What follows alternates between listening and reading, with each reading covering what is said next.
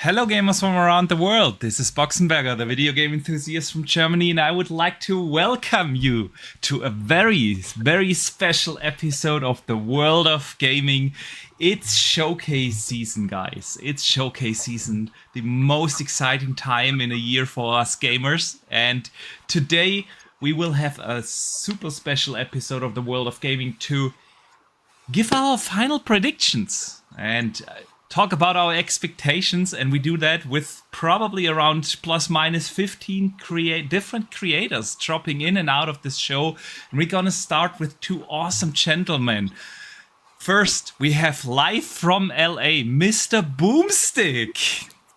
How you doing? What's going on, everybody? Welcome. Thank you so much for the invite, brother. I'm so glad I could be here. Hopefully my audio doesn't sound terrible. It sounds fantastic.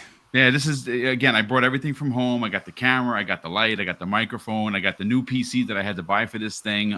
Sweet. So far, it's been great. I'm exhausted, honestly. I'm literally going to race out of here, go to IGN Live. We're doing a Volare pillow giveaway. We have almost half a dozen prize packs that we're giving away live there. So if anyone is going to be at IGN Live, meet us over there.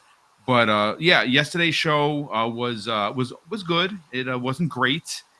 Being there live though was something like was pretty cool to be there live. Yeah. I got a chance to meet Danny Benya, his beautiful wife. I got a chance to hang out with Paris Lily from Gamertag and kind of funny. I met a lot of people. Super cool. But I'm happy to be here. Yes, it is video. This is video game Christmas, if you will, and I'm looking forward to it. Awesome, man! I'm super excited that you were able to find the time to just briefly drop in here and give us a little of that flair, of that enthusiasm for live from LA. And we'll get to your predictions in a second. But let me also welcome Umbra. Infinite Umbra is here. How are you doing, my man? I am doing great, Box. I'm happy to be here with you two gentlemen. Well, you three gentlemen, including Boom. Boom is out there. He's now your LA Boom now. LA Boom. LA Boom. Yeah, happy to be here, man. Excited for this. It is indeed, as he said, our gaming Christmas. So I'm excited for what we will see tomorrow. Yes. Yeah, excited. Yeah. I thought I want to ask, are we going to talk about that show yesterday a bit? Well, can I ask you something? Let me just start us out. Well, yeah, you guys absolutely can jump on that. So FYI, today at 4 p.m.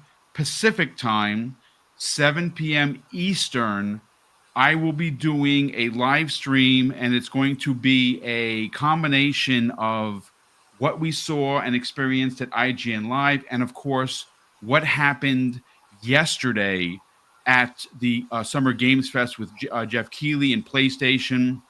It's going to be run about maybe an hour and 15, maybe an hour and a half.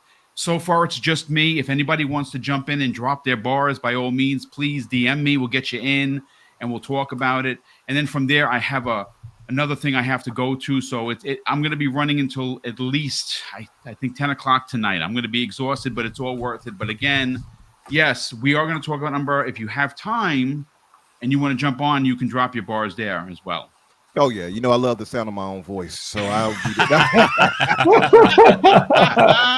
love it. That is awesome. That is awesome. And yeah, we will probably also talk a little bit about it later.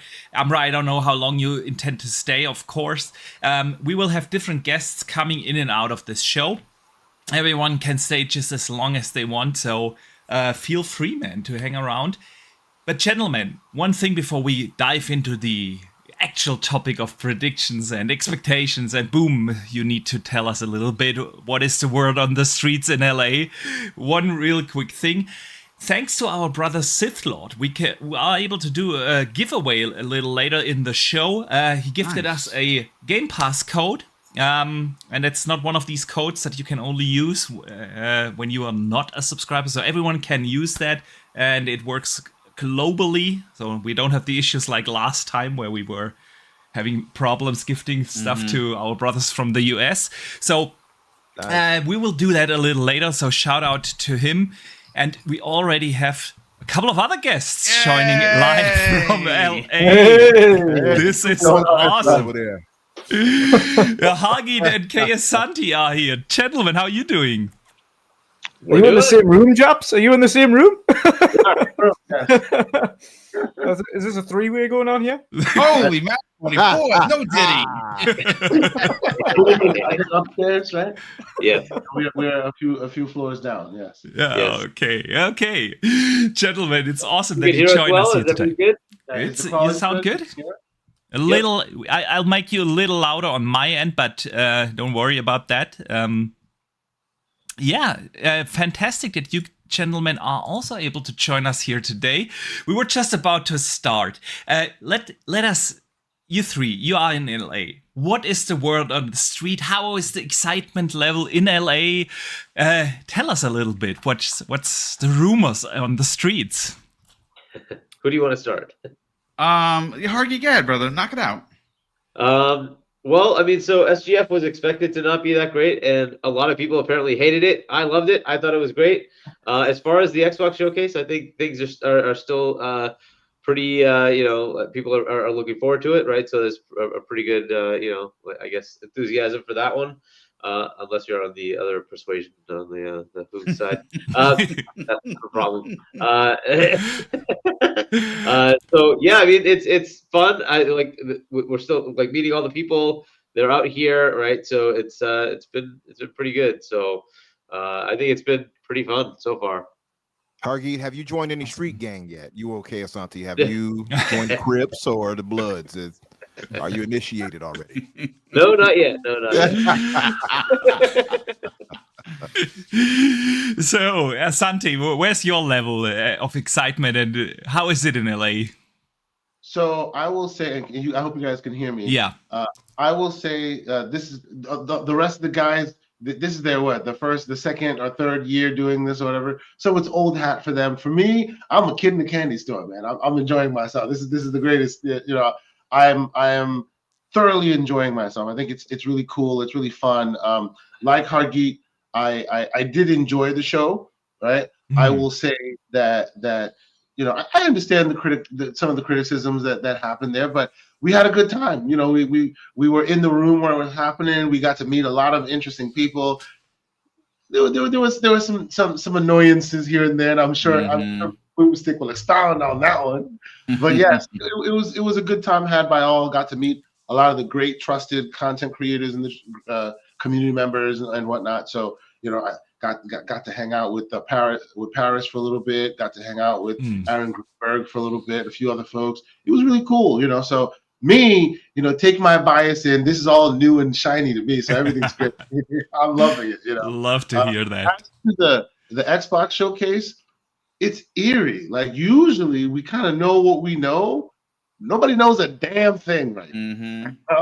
And that's both exciting and just like we're waiting to see what happens. It's quite exciting. It's good. It's good. Awesome. I mean, on the one hand, it's awesome that we go in there without knowing anything. I remember last year we did the same thing. Cognito came in and it was telling us, we heard this and that, and that's pretty cool that we go in more or less blind. Boom, how are you doing in LA? I'm doing great. I got to meet so many people. I think that for me, tip of the spear is being here with everyone. I'm hanging out with Hargeet and Asante. We're meeting for the first time. Ains I met in 2019. I got to hang out with him. I got to hang out with John from Xbox Era, which was amazing to to get to talk to him. There's so many people that we have come across. Aaron Greenberg, we saw yesterday. You saw I put pictures of me with my Xbox jersey, which I actually had made for the Xbox show, but I wore it. Wore it then, so people would be like, "Hey, look, that's Mr. Boomstick." And you know what's bugged out? I ran into about half a dozen people, and they tap you on the shoulder, and they're like, "Hey, Mr. Boomstick, I'm such and such. I've been watching your shows for a while. Can I get a picture?" And I'm almost embarrassed, honestly, because I'm not a star, but everyone has been so welcoming and so nice. So of course, you take 10 pictures with them, you sit there, you talk with them for 10, 15 minutes, and it's just so much fun. It's just so much fun. again, this has been a great weekend. We're all here, honestly, and I said this, privately, and I'll say it publicly. If I wasn't going to the Xbox showcase, I don't necessarily know if I would be here. I'd like to be here. That is why I'm here. The Xbox showcase. We know you've heard a few little rumblings. The only thing that I did hear is they're keeping the show extremely first rate, close to the vest, meaning that there's only a handful of people that know what the show is going to be, which I'm very happy about because we don't know anything. And I'm going to be doing live reactions, live recording in the audience from the showcase.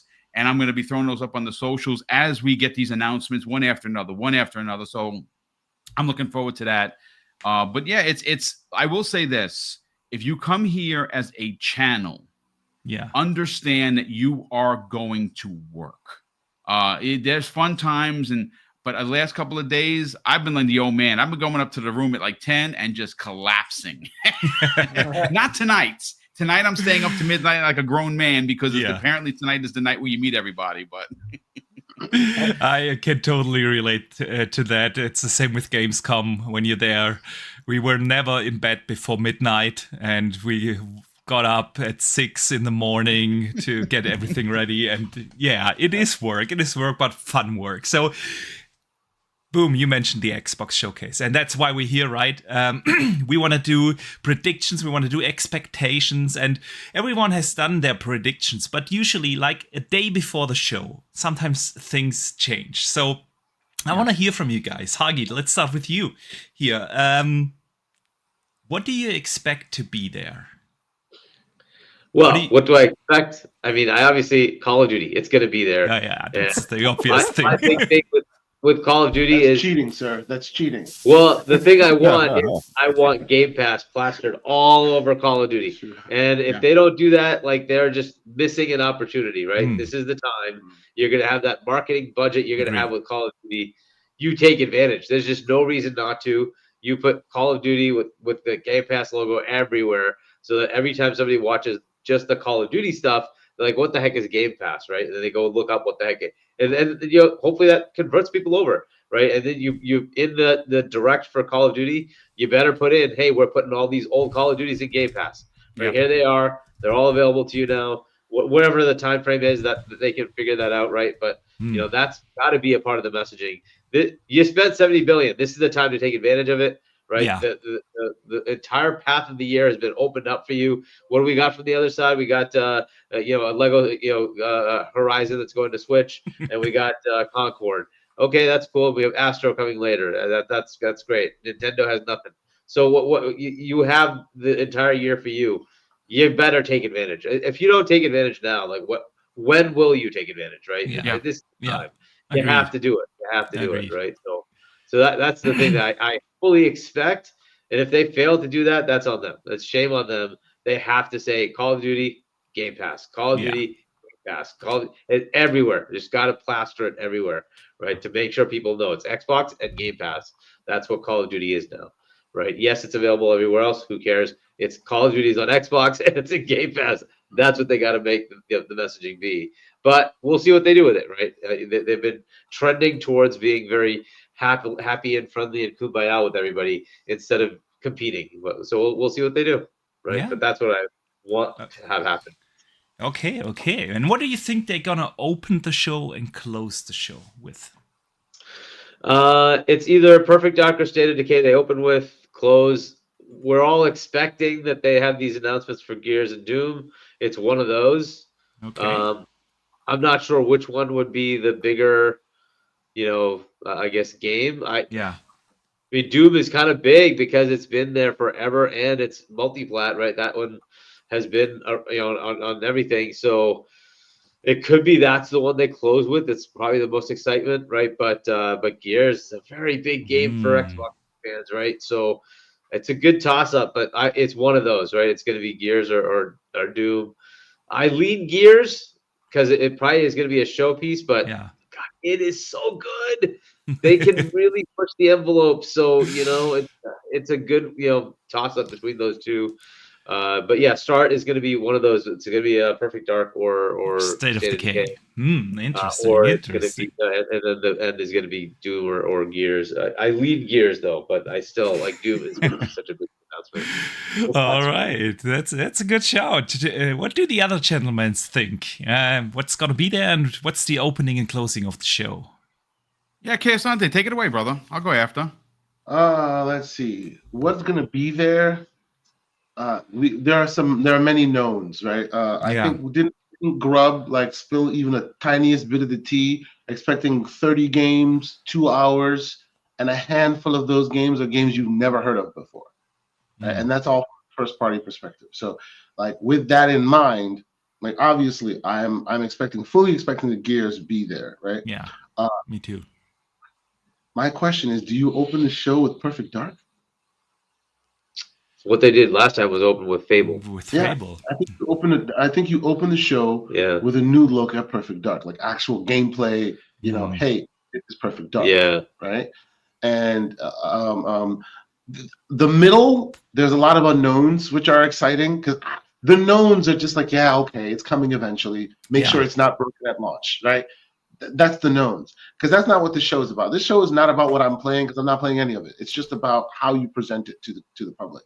So in that with that mindset, yeah, I think Perfect Dark to open. What makes this little techie happy? Give me a taste of the future. Maybe show me a silhouette of a handheld. If nothing else, show me some software. You know, show me what it will potentially look like. You know, because you're community focused, you're community driven. We're all here for you. The community's here for you. Be a bit more full-throated about your intentions and your plans, right? If you're going straight third party, put your foot down. You're showing an amazing show. You have Call of Duty. You have all of it. Yeah. As I said, no one can even stand close to you this time. There's wind at your back. There's nobody even stepping. Yeah. If it is everything's going everywhere, show us the bangers, blow your wig back, rip the Band-Aid off. Just do it. I would love that, man. Some grifters will grift for a week, and then they'll move on because the trailers will continue to speak, right? Don't leave it open-ended, right? If you're showing hardware, show us some hardware, right? It doesn't have to be the whole crazy, because you know the devil's in the details. They're still working on all that stuff.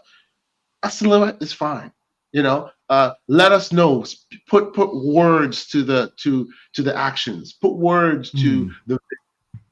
That's fine. Let people have some security in thinking and knowing that, hey, they didn't hear it from their favorite content creator or some guy somewhere. They heard it from the horse's mouth, as it were, right? Yeah. That's what I would love to see. And to close the show, either an unknown AAA monster that we didn't see coming, or Gears.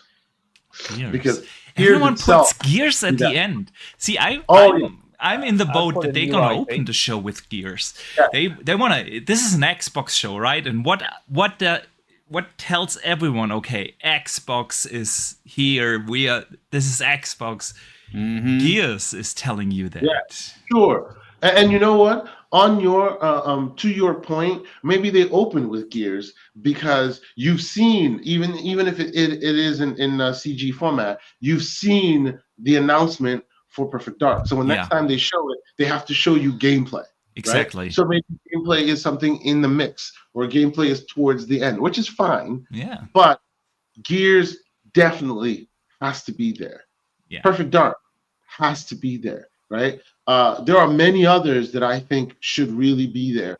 There's one that I am almost certain won't be there, and already my virtual tomatoes are ready to hand out. Like for me, today, I'm super excited. Met Aaron Greenberg. I'm planning on meeting all these other guys. I'm super excited, but mine is already starting at a 9 out of 10. Not a 10 out of 10. You drop from there. You're not starting at a 10, because I know there will be no Halo. So there's a 39 for me. Right? That's fair. Halo That's there. fair. I know there won't be a Halo. Well, I'm hoping against hope. But you know, the end, as Dutch is putting it, show us something new. You have so much in the tank at this point. Show us something new that then takes the energy and because look, if you are planning on ripping the Band-Aid off, that may be the talking point that everybody wants to talk about forever and a day, right? Yeah. But you inoculate yourself by showing us something insanely new that no one saw coming, that your favorite content creator or your favorite insider had no knowledge or history about, right? Yeah. That will move the they're bringing it everywhere. Who cares if they're bringing it everywhere? Have you seen this game? Right. Yeah. Otherwise, the other talking point will be, oh, there goes the Series S again, holding us back. We're not getting back with Wukong on time. You know what I'm saying? Like, like the guns are already loaded, the bullets are already in the chamber, it's already ready, but you have so much content. So much content. That is so true. To that point, Kay, by the way, when I get to my point, I do believe that the end will be something new. Yes. But I want to let Boom go ahead and get his bars off. Yeah, I appreciate it. Well, listen. And Umbra, I just want to point out, Gears is supposed to be something new. True. We just have these leaks, and unfortunately, it ruined that. That is surprise. also very true. So true. It's supposed to be new. So is Doom. That's supposed to be new. Yeah. But unfortunately, and real quick, by the way, I will be my one-man band real quick and say, screw this Gears stuff. It's Gears of War 6. Yes, Gears of War 6. Thank you. Thank you. Go Back to the OG. I'm sorry. Back to reclaim the GOW. You know, we are the OG Gaul here. Let's go. Yeah, absolutely. That's good. I'm glad you're bringing it back. Kasant, I appreciate it. But yeah, for me, okay, so I'm going back to the well. I have a freshly created Banjo-Kazooie shirt that I'm wearing to the event. I don't care if you throw the tomatoes or you don't. I need to see Banjo-Kazooie. Paris is in that camp. So is Ains from Seasoned Gaming. Yeah. Even you believe this, and I'm gonna say I'm putting you on blast, Colt Eastwood. Even Colt Eastwood said yesterday, both to me and Ains, that he is on board with a new Banjo-Kazooie. We've converted him. He's just going with the in crowd, Boom. He's just going with the in crowd. I don't know. I'm gonna give Colt Eastwood his just due and say that he is not just jonesing with the Joneses, if you will. So that's my number one big one. I gotta see a Banjo-Kazooie. I got to see who's making it, and I hope that it's real. For me, Gear 6 or Gears of War 6, great. I know it's going to be good. I know it's going to be tip of the spear. It's going to be Unreal Engine 5 at its best. We all know that. But this is what I see playing out. They show us Gears of War 6. We're like, my God, right? And then it fades to black. And then the Mad World song starts playing. And then they show the Gears of War Marcus Phoenix collection in Unreal Engine 5 available today. Let's go. Yes. Okay. Oh, man. Getting goosebumps here. Yes. I got goosebumps, ladies and gentlemen. I got them on both arms and both legs. And the third one, for me, as an OG, I have to see actual Unreal Engine 5 gameplay of Fable. Not a cutscene. Show us the gameplay that looks so good that people are going to be like... I'll push back on you just for a second there. We live in a post-Hellblade 2 world, sir. How do you know that was a cutscene? You didn't know that? No, again, I was gonna caveat that with it's going to look like a cutscene, but it's gameplay. That's so you're absolutely right. The post-world... the post Hellblade 2 world that we're living in, you have to at least match it. We know that Xbox is going to do it. I don't know if Sony or Nintendo are going to do it, but we know that Xbox is definitely doing it. So those are my three picks. Banjo-Kazooie to open. The very delicious middle of this Xbox sandwich that we're going to gobble down is Gears of War 6. We get a chance to see that in Unreal Engine 5, and then of course. Proving me right that there is a Gears of War collection or the Marcus Phoenix collection that is coming out. I'd love a shadow drop. We did hear some rumors that they were going to drop a first-party game. That would be wonderful. Unfortunately, I wouldn't be able to play it, which I'd be crying because I don't have anything here to play it, not even my ROG Ally. But I'd get home to New York on Monday and play it. But those are my 3 picks. Well, what would you feel about Seth Rogen being the voice of Banjo? James Daly, shout out to him in the chat, said have Banjo voiced by Seth Rogen or Jack Black. You know what? But does he have a voice? Because he's never had a voice, really. You know, I mean, like, you know, all you hear is that's what it is, right? Right. Yeah, exactly. Yeah, there you go. That's exactly what it is. As a matter of fact, somebody did a video. You got to check it on Twitter. Tears are coming down my eyes. Some guy was in Italy and he was like doing a tour. And they fast forwarded it, and he sounded like wah, wah, wah, wah, wah, wah. I was like, I could not stop freaking laughing. It was hilarious. But look, That's again, Box and Burger, thank you so much for having me here. We're gonna whisk off, at least right now, because we have to head over to IGN Live. I have to do my Valari gaming pillow giveaway as well with the giveaways that Mrs. Boom and I put together. So if you're going to be at IGN Live, please seek me out. We're giving away some coins. We're giving away a bunch of prize packs. And again, gentlemen, thank you so much for inviting us. Thank you for joining. And we'll see you soon. Yeah. All right, fellas. You guys enjoy LA. Thanks for joining. Thanks, Bye. All right. Yeah. So, Umbra. By the way, 1 second before we get to your predictions, we will have a lot of other guests rotating in and out during the show, so no worries. But the guys from LA obviously are on a hard clock, and that's why we kind of have to move them in and out here. And a new guest is already joining. Mav is here. Welcome. How you doing? Hey, what's up, guys? How are you doing? Doing great, man. The excitement is in the air, right? The day before the Xbox showcase.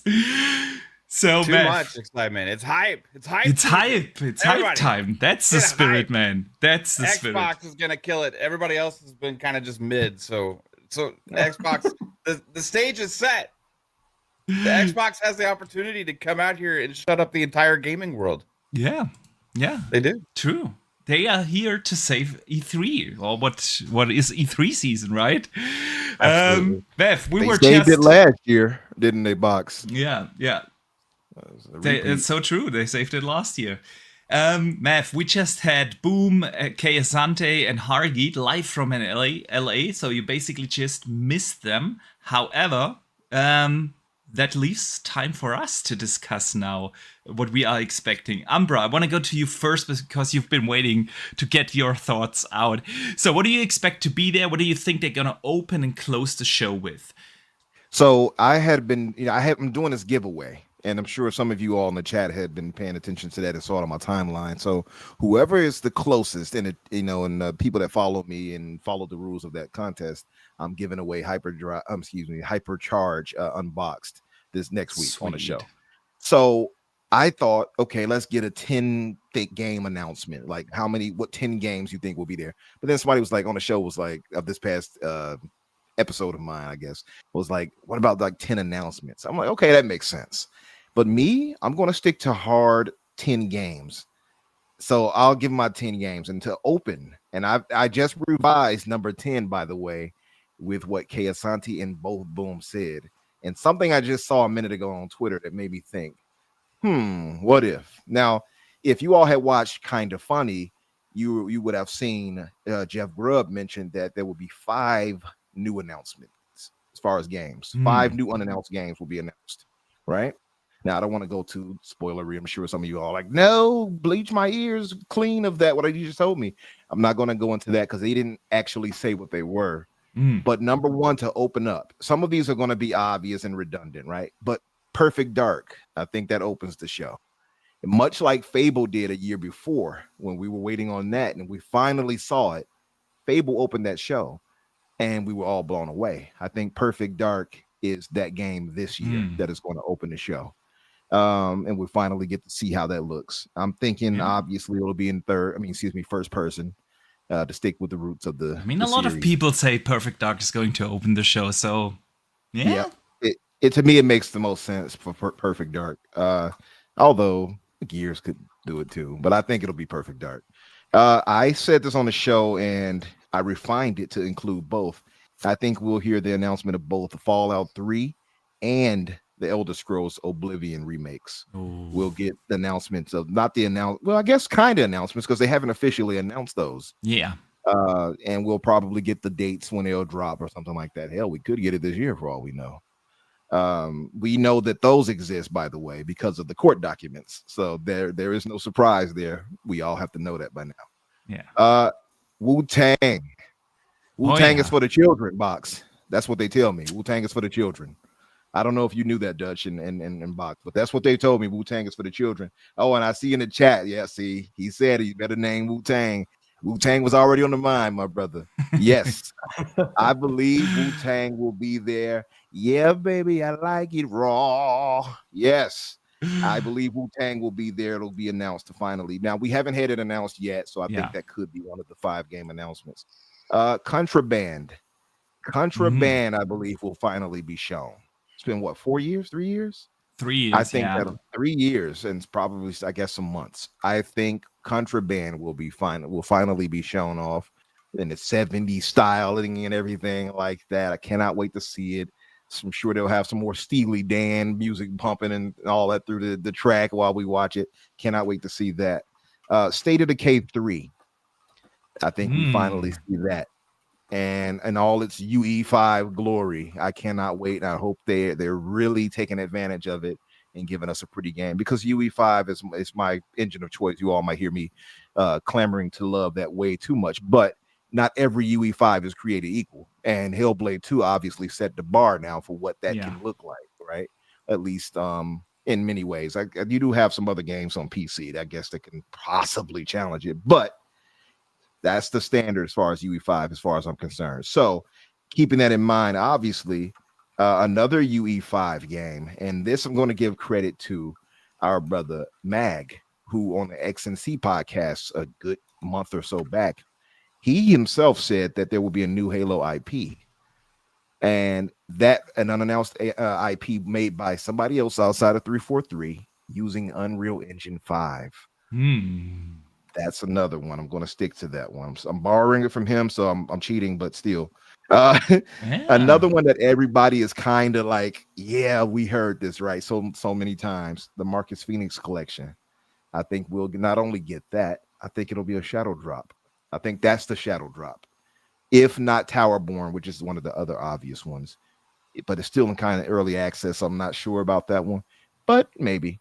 That one makes sense to just be if you go off Hi-Fi Rush. So Towerborn kind of fits into that. Not a super big release, AA. So I guess it could be Towerborn, but I'm going to go and just guess Marcus Phoenix collection as the shadow drop. Number 8 for me, Ninja Theory's Project Mara. I think we'll have that shown. Ooh, interesting. Maybe get a little update on that. Number 9.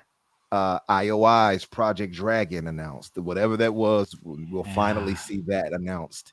We really want to see that, right? I want to see it. It's been so long. It's been so long. It's so long.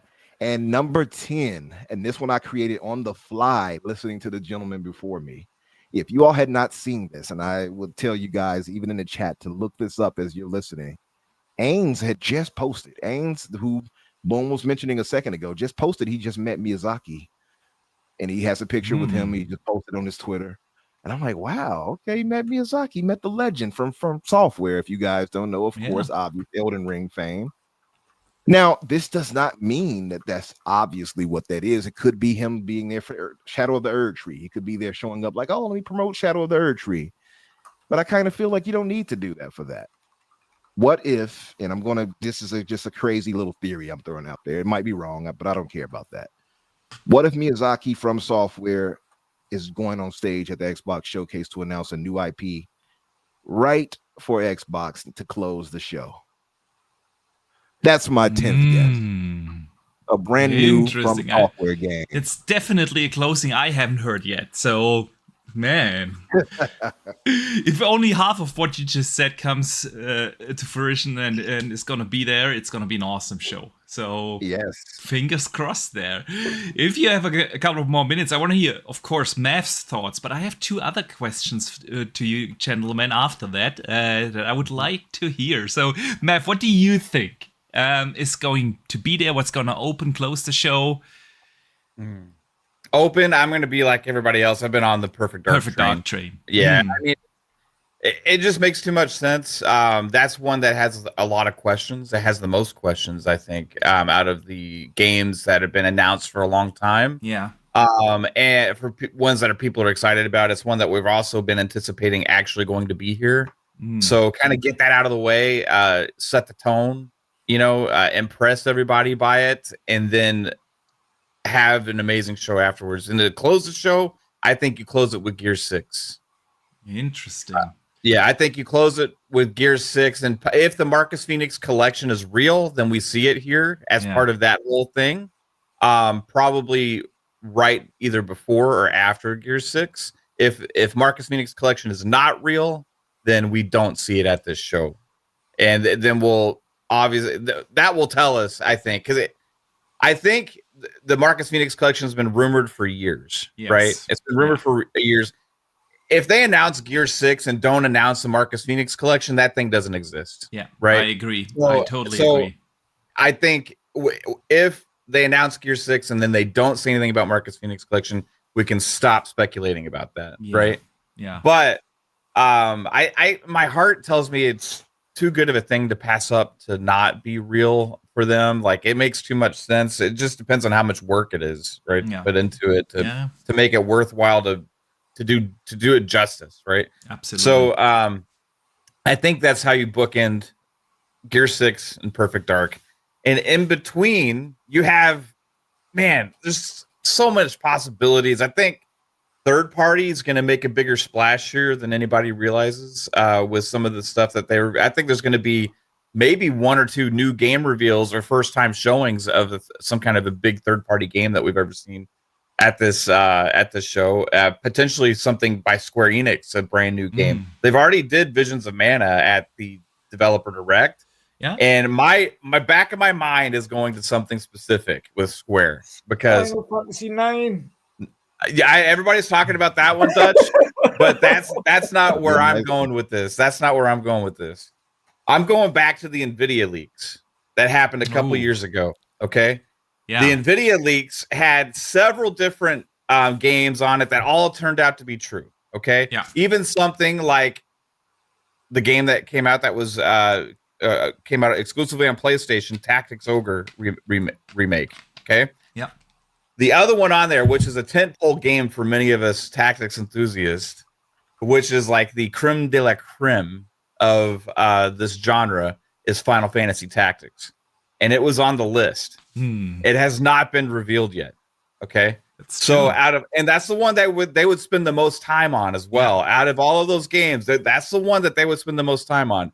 So with this new era of relationship and partnership with Square and Xbox, why not take the opportunity? Hey, we're going to actually reveal the next Final Fantasy Tactics actually with Xbox. Oh man, that would be insane. I like that train of thought because you're absolutely right. The NVIDIA leaks, for the most part, have turned out to be true. So oh man. If like that happens, I like that. I'm going to go crazy, right? And I like it because not everyone has been saying that, Well, both? We can't have both. We can't have both. Why not, right? I just, for me, I'm speaking with my heart and what I want the most. I think either one are kind of possible, So but for me, Final Fantasy Tactics is that franchise that it's been by the wayside. The genre's kind of made a resurgence. It just makes sense. Tactics Ogre, they made exclusive on PlayStation and stuff. So this one, put it everywhere and do right by the IP. The other thing in the back of my brain, and I don't know if this is going to happen or not, but okay, so we already saw Star Wars Outlaws just yesterday.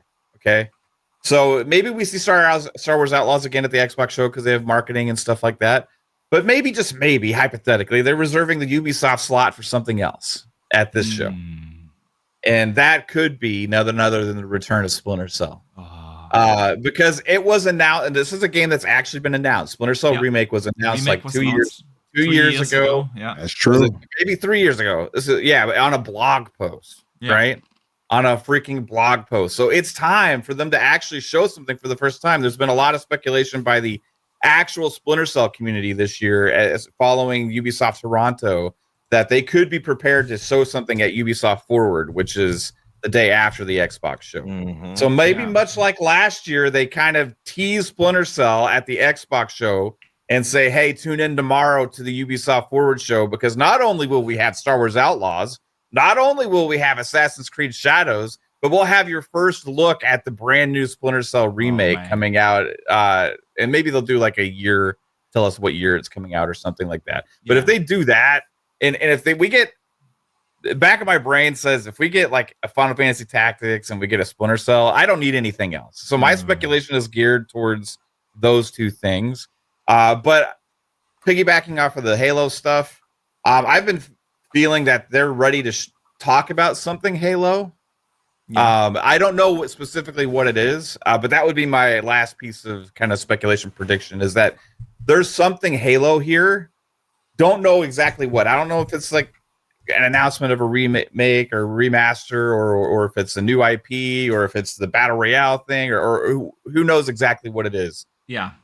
But it could also be a tease to the next mainline Halo game. And the reason I'll go that is because generally they market the big mainline Halo games for 2 or 3 years. Yeah. Right? They don't just wait till the year of release. They make a big thing about this, and they market it for a couple years, and they kind of tease it, talk about it, hints, updates, and all this kind of stuff. And if they just do some kind of tease announcement, trailer, a short thing, it will still send a lot of shockwaves and excitement, especially if they have a good show the rest of the show. And they can kind of tease it, hinting towards leading up to that next generation console of like, hey, this is what's next for Halo. Something like that, you know. I don't think it would be a big thing, but you know. Yeah, I'm a little torn here because we know about certain Affinity Halo project, that obviously got it rerouted in a different direction to some degree. But I also know that last year at Gamescom, they have shown certain things behind closed doors to, well, very selective audience, let's call it that way. So, yeah, man, they are working on something, and maybe that's that. You know, Ryan Gerard said at a Halo update earlier this year that they're working on the next mainline Halo game, right? So he said they're already hard at work on it. They're growing the team for it again, like all this kind of stuff. And just thinking about, I'm not saying, hey, this is going to be like, this game's 2 years away or whatever. Yeah. But it could be 3, right? There's no reason to think that otherwise. And if it is, think about when they started marketing Halo Infinite. Like, and games like that before. Like, they some of these mainline games like that, they do tend to kind of tease at one point, talk about it 2 years later, and then the next year finally release. So it could be like a year after next generation console launches, and still kind of get a tease just to generate some kind of level of like hype and excitement and conversation among the Halo community, right? It wouldn't surprise me, but it could be anything else Halo. It could be a spin-off project. You could have like, that's what I'm thinking, a certain Affinity spin-off project, like an ODST. The last 2 kind of shows thing. we didn't have anything Halo at the showcase. Yeah.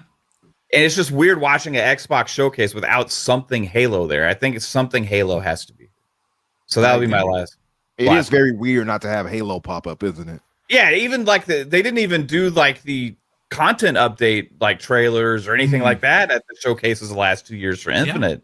Yeah. So for me, I'm like, hey, you know, let the fans have faith in the future of Halo, and one way of doing that is by having some kind of conversation point at the showcase or teaser trailer snippet, something, right? Yeah, I could see that happening because I feel like with this Xbox show and all the negativity that they had over the last couple of months, they want to show people that they are still Xbox and that Xbox is in a better position than ever. That's why we're going to see things like Perfect Dark and State of Decay. But Gears and Halo have always been like the brand for Xbox, right?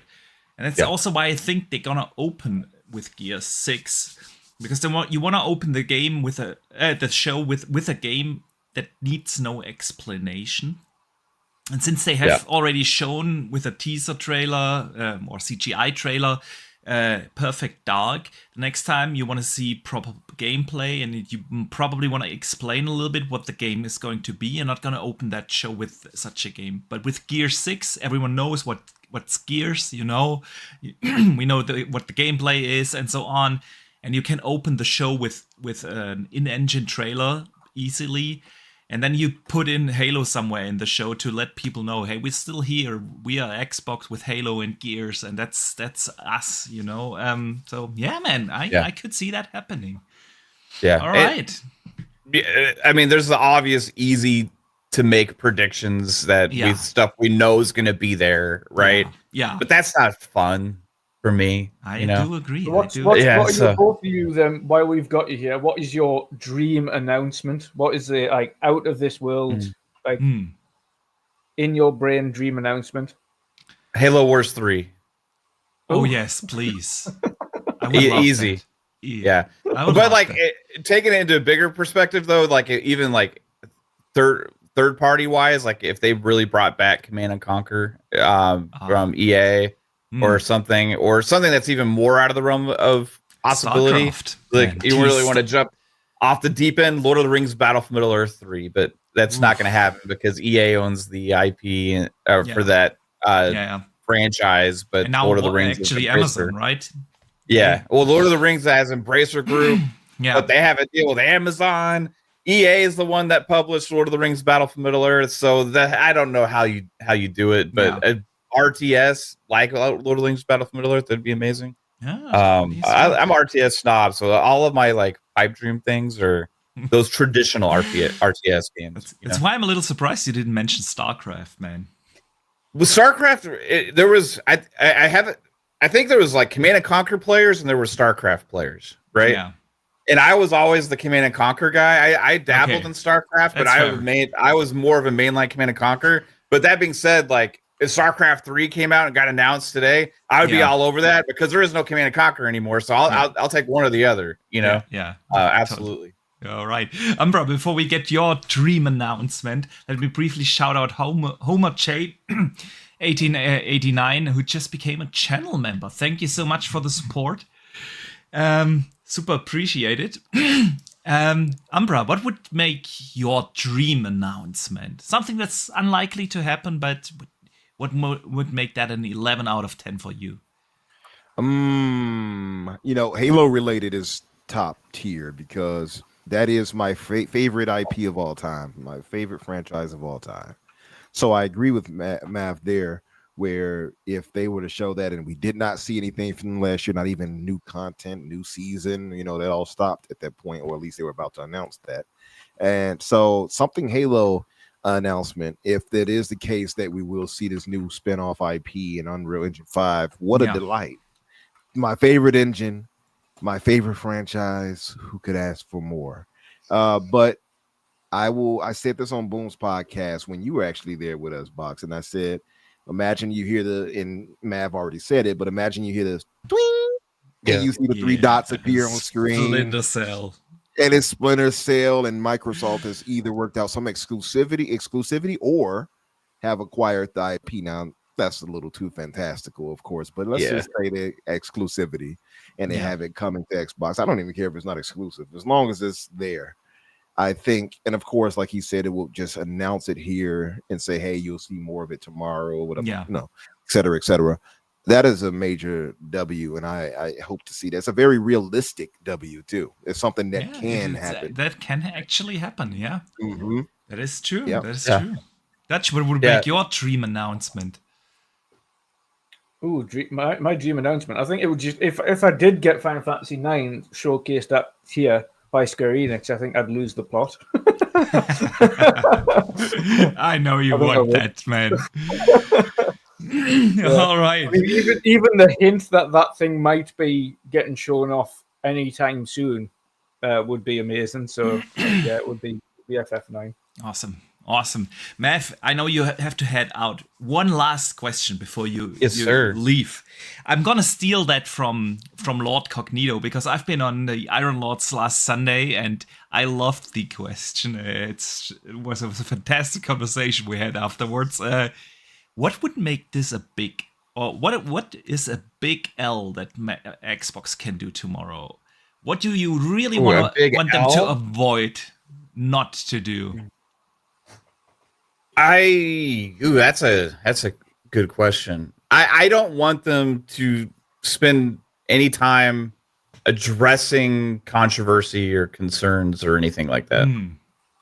For me, you're just bringing attention to negativity, and there's been a lot of that this year around Xbox. For some could be seen as valid, but a lot of it is just speculation of negative conversation from rumors and possible leaks about considerations of future business plans and stuff like that. And it's so much, it got so negative that they ended up having to end up doing that business update thing in that little podcast format and stuff. And like, I don't want to see any attention given to any of that stuff. And I know some people say, hey, come out there and address it and be transparent and clear with us, but like, this is all we saw. What happened yesterday? PlayStation had a game show at Summer Games Fest that just got announced for the Switch, right? There was no leaks. There was no, hey, PlayStation is rumored to be considering putting some first-party games on other platforms. There was none of that for months, you know. So it just happened because they were able to control the messaging and just kind of just do it. And it ends up being, hey, it's interesting and it creates a little conversation and stuff, but it doesn't drag on for months and create this whole like concern about the brand and negativity for drawn out about the future. Is hardware even important anymore? And all these other kind of things. So just like ignore the noise, go out there and set the precedent of you have the most games in development for your platform, for your ecosystem. Reinforce Game Pass. Don't go out there and like try and play like, well, we're still care about you guys, and this is why we're doing this, and trust us because, like, you know, we don't pander to the nonsense that's been going on. Go out there and lead by example with giving us the goods. So I don't want to see any of that. That will just bring a downturn to the show for me. Yeah. I do agree. The showcase should absolutely be about the games and the excitement around the games and the future of the ecosystem, and not about controversy from the social channels. Totally do agree. Mav, before we let you out, let everyone know where they can find you and what you coming up, man. Yeah, man. We're doing coverage on all the co-streams for all the big shows. We're about to start doing feature game show here in just a minute. And besides that, we got more podcasts coming Mondays. We have FSP as usual. PM in the PM is on Thursdays at 7 p.m. Eastern time, and Friday nights is Xbox Ultimate podcast. I had to cancel last night's show because the internet was acting funny. But yeah, tomorrow we'll be co-streaming the Xbox show. It's going to be hype. It's going to be crazy. I can't wait. And who knows what's possible? That's the most fun thing about this time is because we're going to watch the show and like, absolutely. I know there's going to be exciting things that are going to happen. We just don't know exactly what. Yeah. But yeah, thanks for having me, Umbra. No, thanks for coming out with you. Always, brother. Seeing you again, man. I haven't talked to you in a while, bro. And Boxer Burger, keep it up, bro. And I hope everyone has an awesome day. Yeah, what's up? By the way, if after the after show, if you all talking, if the olive leaf is there, let a brother swing through to talk these games with you all after. Absolutely, anytime, man. Just say, hey, Mav, I'm free, and I'll send you a link. All right, brother. Have a good one. Peace out, guys. Take it easy. See you soon, Mav. Umbra, let us know what would make this show an L for you, or what could they do, or should they avoid to do on that? The thing they have to make sure to avoid at all costs, and we joked about this, well, I talked about this at least on the show, on my past show, was do not for 1 second mention that these games are going multi-plat. That is an No automatic. PlayStation logo on. Don't you dare, Xbox. Don't you dare. Now, we know it might happen again eventually. You know, there's a slippery slope, as they say. Yeah. But they had better not ever mention it on this showcase. I don't care what they show. They better not say that. I think that's an automatic L if they do that. It's just placating to the console warriors, it's placating to the media who is pushing Xbox further out and trying to make them full third party, you know, those things of that nature. And it's going to sit on the fan base's head negatively. And if you just don't want that when you're pushing, you know, and you're showcasing the future of Xbox. Yeah. Let me think. What else could you do? And it's like you guys mentioned earlier with the whole Black Myth thing, like Kay was talking about, where now you have this other stigma now, like, oh, just like BG3, you know, is the S holding it back? So they're gonna have to do something to curtail that. And I think, and speaking of that, now that I'm going that direction, because we're talking about the future of Xbox. Yeah. What do you gentlemen believe, or do you believe, better yet, that the handheld is legit? Do you think we will be getting that? Oh, I'm most certainly thinking that it's gonna come out eventually. I just think it's gonna be a next gen thing, you know. I kind of agree.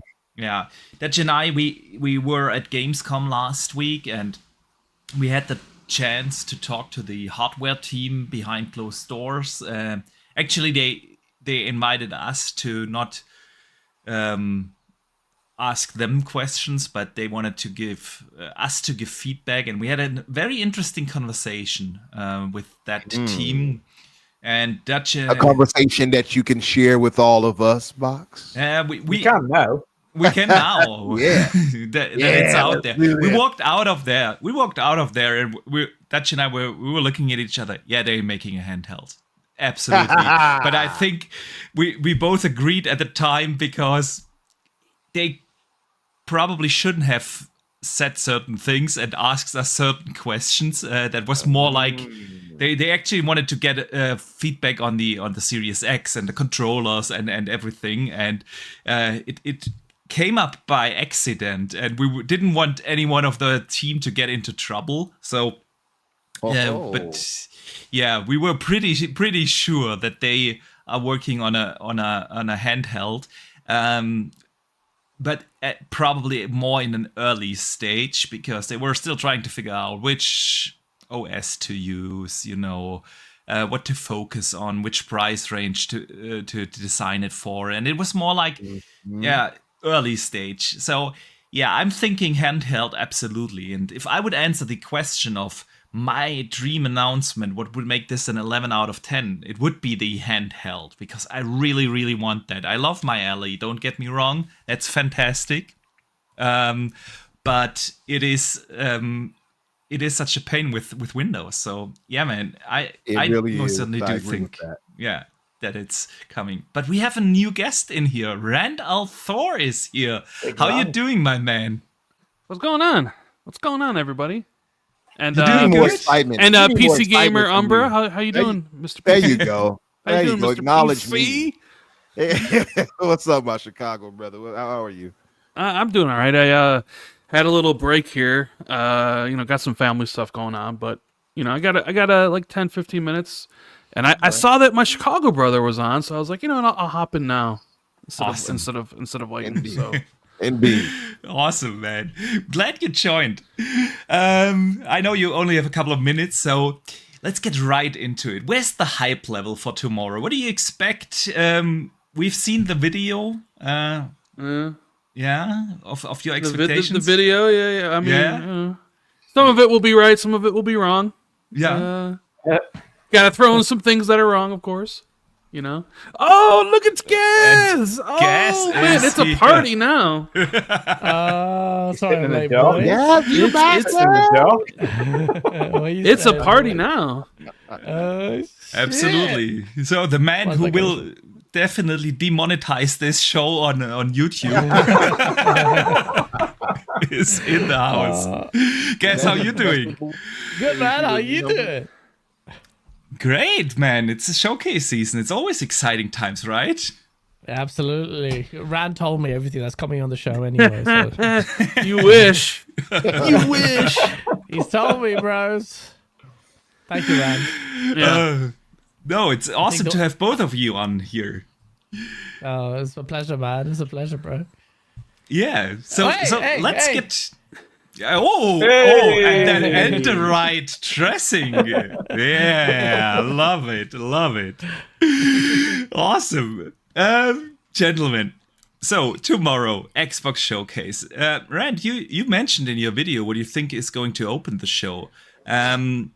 Let us maybe someone hasn't seen the video just yet. If not, they should definitely go out and watch it. But you want me to bit your expectations before I ask you a question you didn't answer in the video. Well, okay. What was the question I didn't answer in the video? So I'm stealing that question from Lord Cognito because he asked me that on the Iron Lords last Sunday, and it is a fantastic question. What could Xbox do to make this show an L? What should they definitely avoid doing? What they should avoid doing...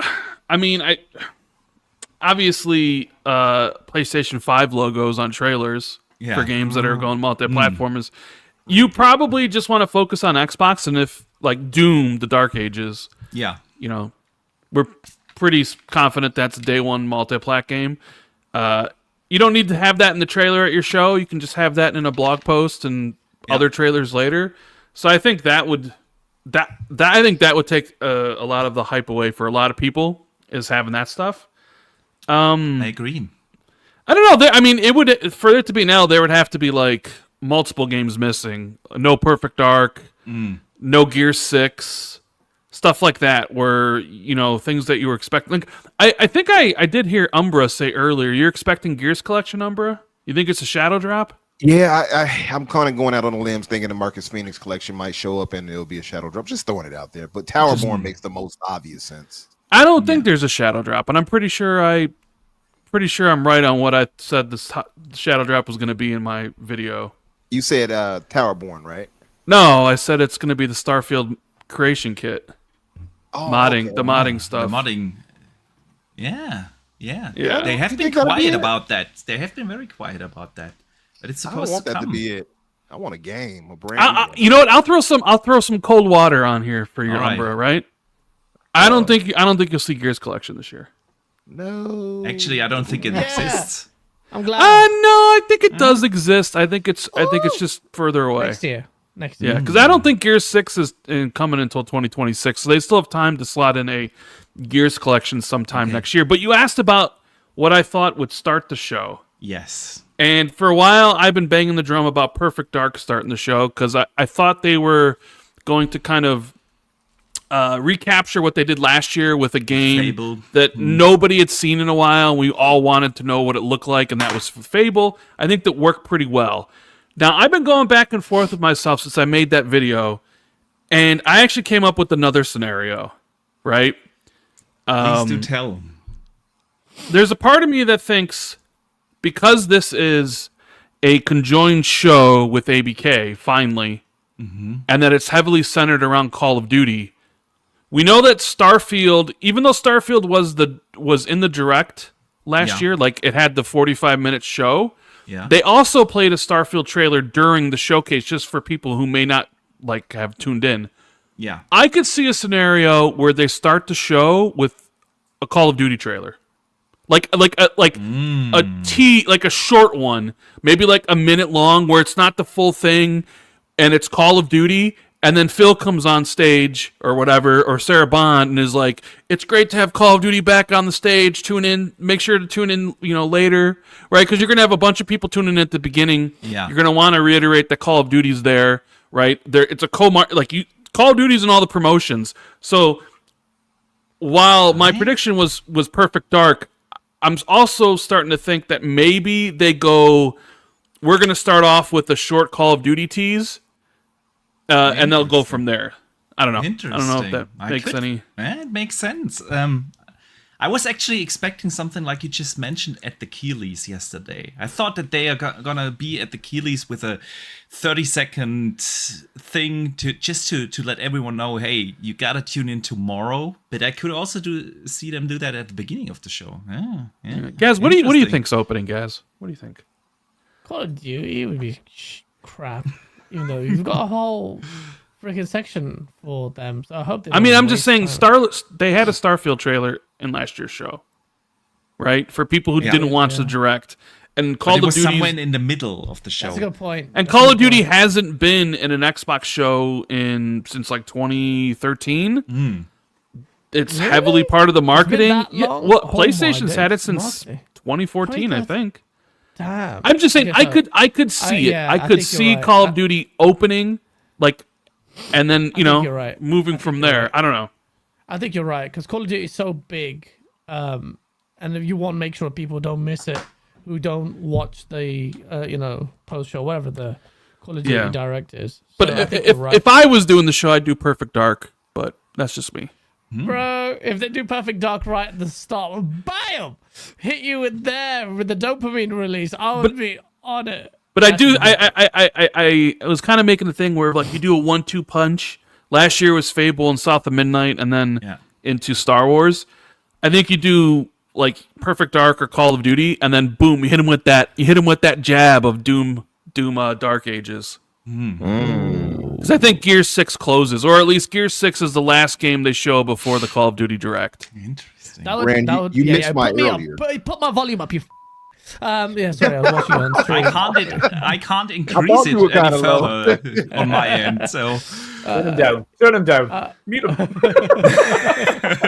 So Rand, you have the same opener as me, and for the same reason. It's usually the other way around. The Perfect Dark opener. Yeah, because I thought too that last year, they opened with Fable the same way, and I thought it made sense that Perfect Dark would do the same after such. That'd be amazing. Could you imagine if Perfect Dark doesn't show up though? Oh, yeah, it'd be crazy. I can see the headlines already. But I think since they already have shown Perfect Dark in a CGI trailer, you want to show proper gameplay and explain a little bit what the game is going to be, and that's why I don't think they're gonna open with it. I think they're gonna open with Gears 6 because they want to let everyone know, hey, we are Xbox and Gears is Xbox. Gears and Halo has always been the face of Xbox, and with that they open the show and say, okay, this is an Xbox show. And you don't need to explain Gears, you can just impress with visuals with Gears. I think Gears is the end. I think the last thing you'll see before Call of Duty is Gears 6. Yeah. In my that'd opinion. be really cool. That'd be really cool. I don't think that they're gonna have one more thing at the end. Well, I'm not saying it's one more thing. I'm saying it's going to be in the position like Clockwork Revolution was, where it's the final game before you see the Call of Duty stuff. Yeah. Right? I mean, if we're talking Perfect Dark and we're talking Gears, I mean, those two alone would be pretty big. But, I mean, the state of play in that game show. I didn't even watch the yesterday's showcase event. I just know it was crap. Dude, I watched the first hour and turned it off. Really? I was like, I can't. This is the worst show he's put on. Yeah, it was really not good. It was midnight my time when it aired, so I watched it this morning, and I was so glad that I could skip through it, and didn't really have to watch everything. Nah. So I came to a 6 out of 10, but I think I was being way generous. It's probably more of a 5 out of 10 for that show. I never turn off stuff, and I was just like, I'm done. And I was like, I made my video. That's 2 videos, guys. Yeah. Guys, I made a video. You proud of me, bro? When did you make a video? Yesterday. Oh, I've been out all of yesterday. Randall 419, the man with the trillion. Let's see. What have you done? The Ultimate Game Showcase preview. Gears, Doom, Perfect Dark. You had to put Banjo. I know. I had to put Banjo. I had to give the Banjo Bros some hope, dude. Oh, you know what I mean? Banjo Bros are hoes, man. You don't need to give them any hope. So guys, you don't think there's gonna be a Banjo? Boom! This is directed to you. Boom! The man who shaves his arms. No, like Banjo. I mean, I can appreciate Banjo for the fans, by the way. It's big. Like, I'll be happy for them, but it's one of those big moments. And you need a banjo to, like how Sony had that big 3 where they had Final Fantasy VII Remake, and then they had that game where you stare at the cat's anus all the time. What was it called? Stray. Stray? No. This is the big E3. They had Final Fantasy VII Remake. Last Shenmue, Guardian. And The Last Guardian, where the camera was in the cat's ass all the time. Game was so crap after 10 years of waiting. But for Xbox to have a game, because Randall Thor was in my ears like, Gas, you're such a cock tease, bro.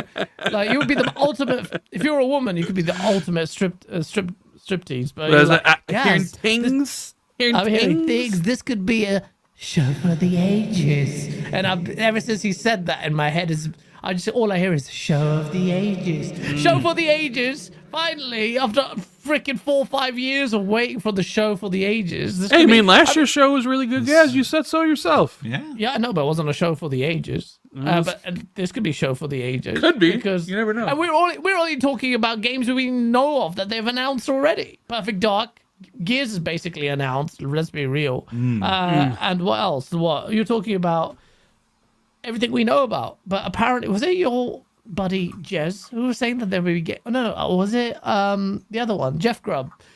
He was saying that their games, unannounced games, are going to go to show off on the first party.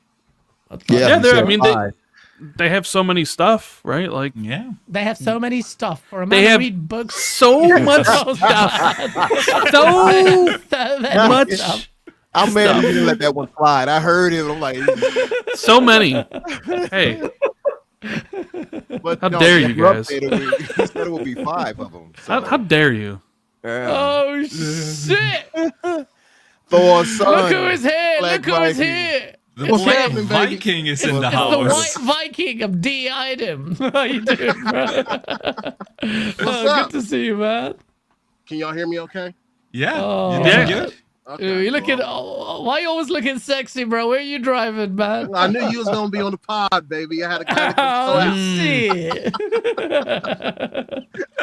oh shit! Good stuff. So, guess you excited, Black Viking? I saw your shit, Viking, about Tom Warren dropping his tactical nukes just before the hype. Oh yeah. No, it's the whole Tom show. Both of them. Henderson and Warren, bro. Yeah. I even messaged in the Xbox era Discord. I tagged him. I said, Tom Warren, why do you have to be a piece of shit and ruin our fun? Just a few minutes just to get some hits. It's like he held on to that info for like 2 weeks. Yeah. It's like, I'm going to drop it a couple days before, Reportedly. Smart, It is smart move. He's going to get the hits. Behind that paywall, too. Was it behind the paywall? It's behind the paywall as well. Oh, you Jason Schreier want to be mother.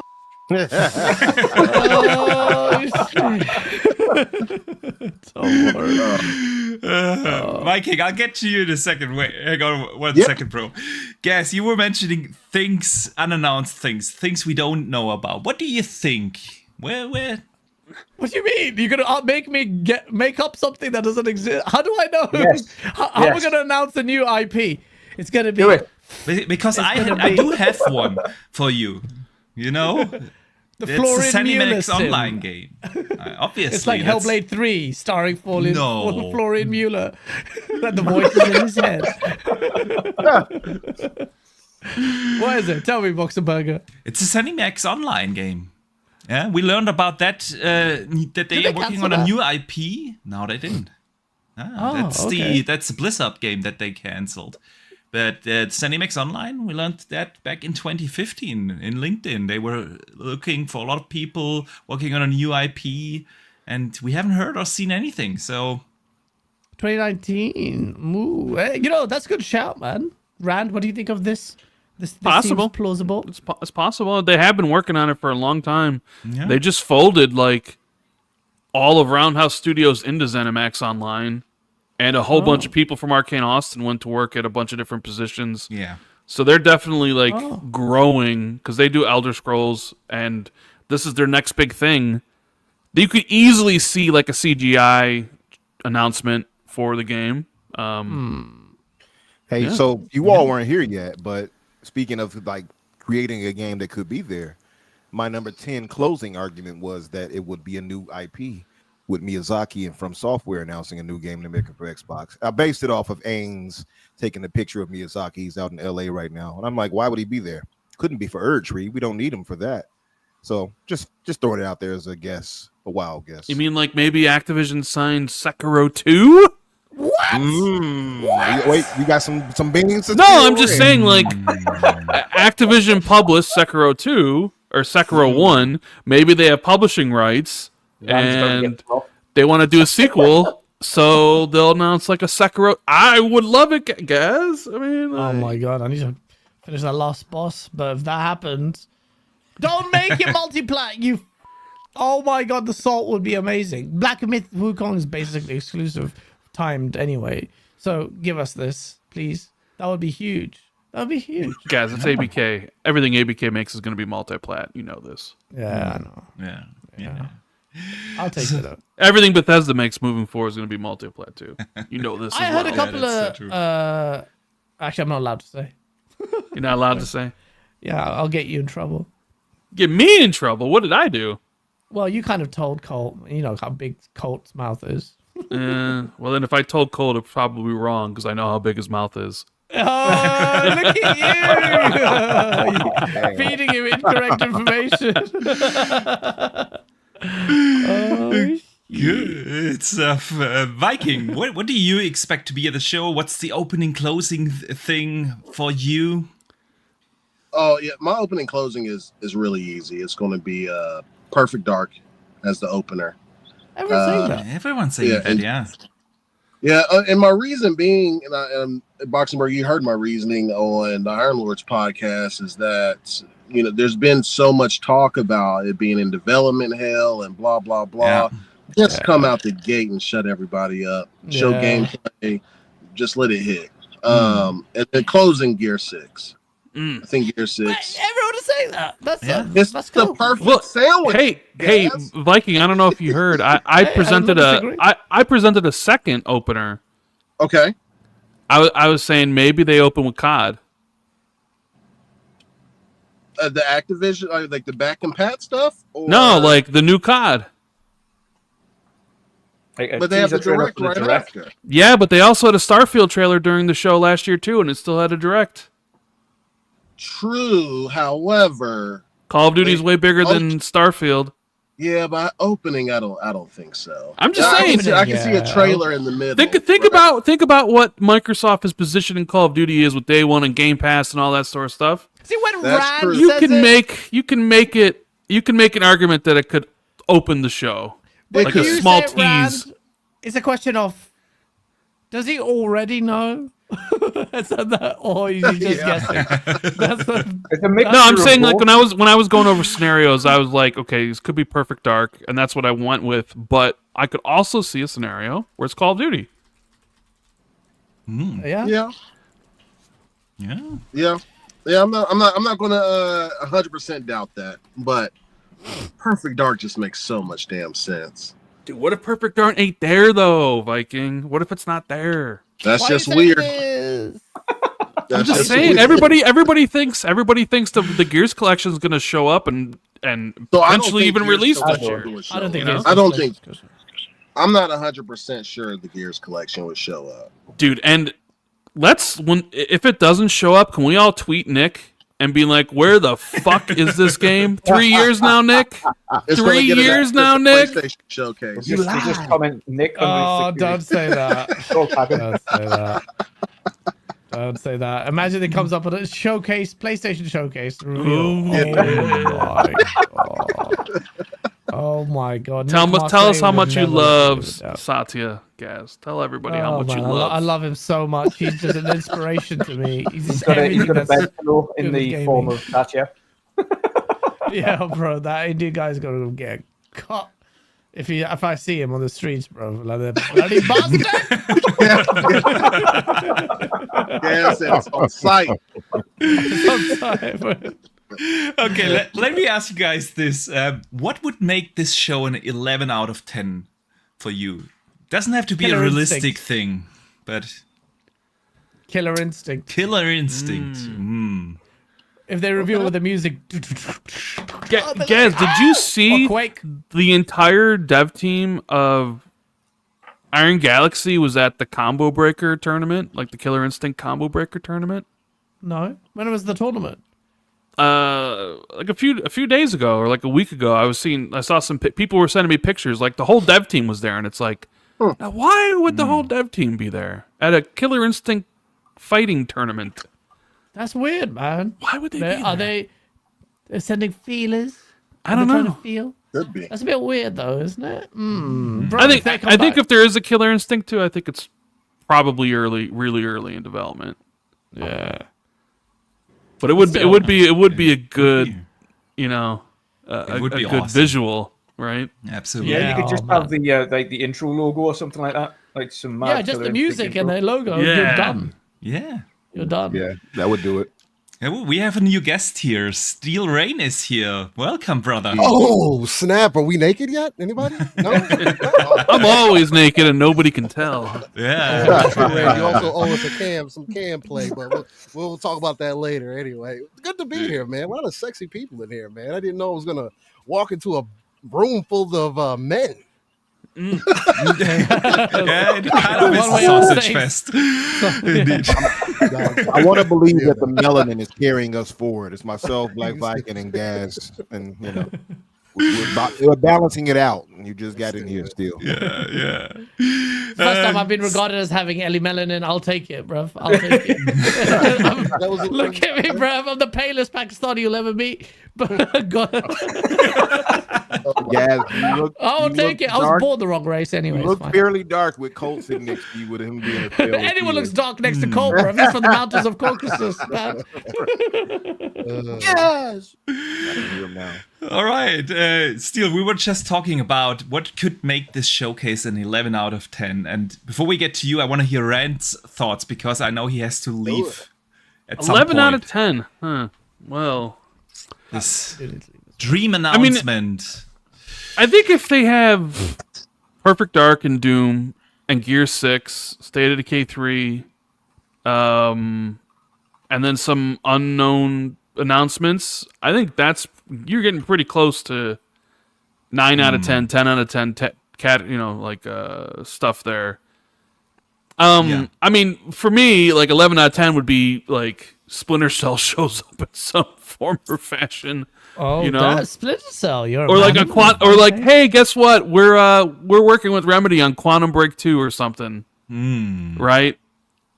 I mean, Splinter Cell, Kay Asante, and Hargeet were here earlier, live from their hotel room, and it came up. It came up. I mean, Ubisoft has announced that via a blog 2 or 3 years ago, right? We know it exists, and that was like 4 years ago. Yeah. Oh, maybe it was 4 years ago, and we know it exists, the remake, and Ubisoft has the forward coming on Tuesday, right? So maybe they just tease it on the Xbox stage. I know for a lot of people it might be like the handheld tease, if there is one. That would be my dream. Like, oh my god, I get a handheld, Yes. but I don't know. Like maybe like Gaz, like me, like handheld does nothing for me. I don't really. I'm not really a handheld gamer, so like having that tease doesn't do anything for me. So it would do a lot. It would do a lot for me. I travel a lot. I play a lot on my Rock Ally, but it is a Windows PC basically, yeah. And I always have the third party problem. You know, where do I get my third party games? Because I love to play on the big screen when I'm at home, but I'm also don't want to play on PC at my home, and so I always ask myself, where do I buy these third party games? And man, a handheld with a native Xbox OS, it would be my dream announcement. Yeah. Also, Box and fellas, it would open up the necessity of them talking about the Steam edition, because they're not going to put out any handheld, at least any one that can run the games native, that wouldn't have Steam for the third-party games to get on there, which also opens up Xbox being able to play these PlayStation games. Look at this handsome Pong Soul. So, Look at this just dude. dropped in. Jesus. Look at him. Oh my Thank you, lord. Rand. Welcome, brother. How you doing? I'm doing fantastic. Look at this Hall of Fame crew we got going right here, man. This is what it's all about. Thank you for having me. Appreciate being here. And Rand, thank you again, brother. Appreciate that, man. Yeah, man. Pong, we were just talking about what could make this show an 11 out of 10, our dream announcement. And before we get to you, let's hear our friend from his car here. Viking, what do you think? So really, I kind of got my announcement yesterday.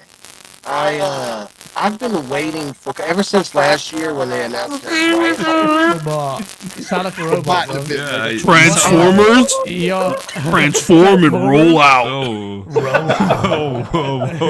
It was like he stepped into the Earth-Hill machine and went from I am back to Earth. Leader of the Decepticons. I am here to destroy the Earth with my space modulator. Okay, well, we wait guys, for him to come. I actually need to get ready for my my absolutely, shit. absolutely. Guess, thanks so much for coming on. Let everyone know what you've coming up, where they can find you. Septic Sauce. I'll be going streaming very soon. Check out my channel, and thank you again for the invite. Sorry to be so brief, but it's clashing with mine. We'll get that shit ready. Thank you, boys. It was a pleasure. Yes, I'll talk to you soon. Later, Gas. Hit us with a song before you leave. I need your dealer's number because you're always happy and it's brilliant.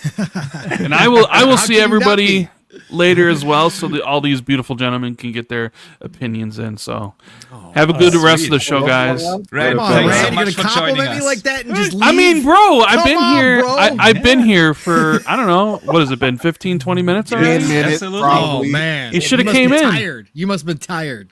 Come No, on, no, 15, no. 20 minutes. Come on. You and Jez do like 4 or 5 hour show. Like Sure, Steel but and I mean, did. like, Come we on. got Umbra here, we got Steel Rain here, you got yourself here, Black Viking when he's not being a transformer, you know? Well, I understand Umbra. His ego's worth about 4 of us, so I get it. So you got to move out the way. But no, appreciate it, Rand. Miss you, brother. Much love. Yeah. I will talk to you guys. Thanks again for coming on, man. Later. Later. All right, gentlemen. So Pong, late as usual. Hey, Pong, welcome. Well, late. Not late. There was no schedule. There was no schedule. We just said drop in and out whenever you have a little time to talk about the Xbox showcase. So we I had to give appreciate him a hard time.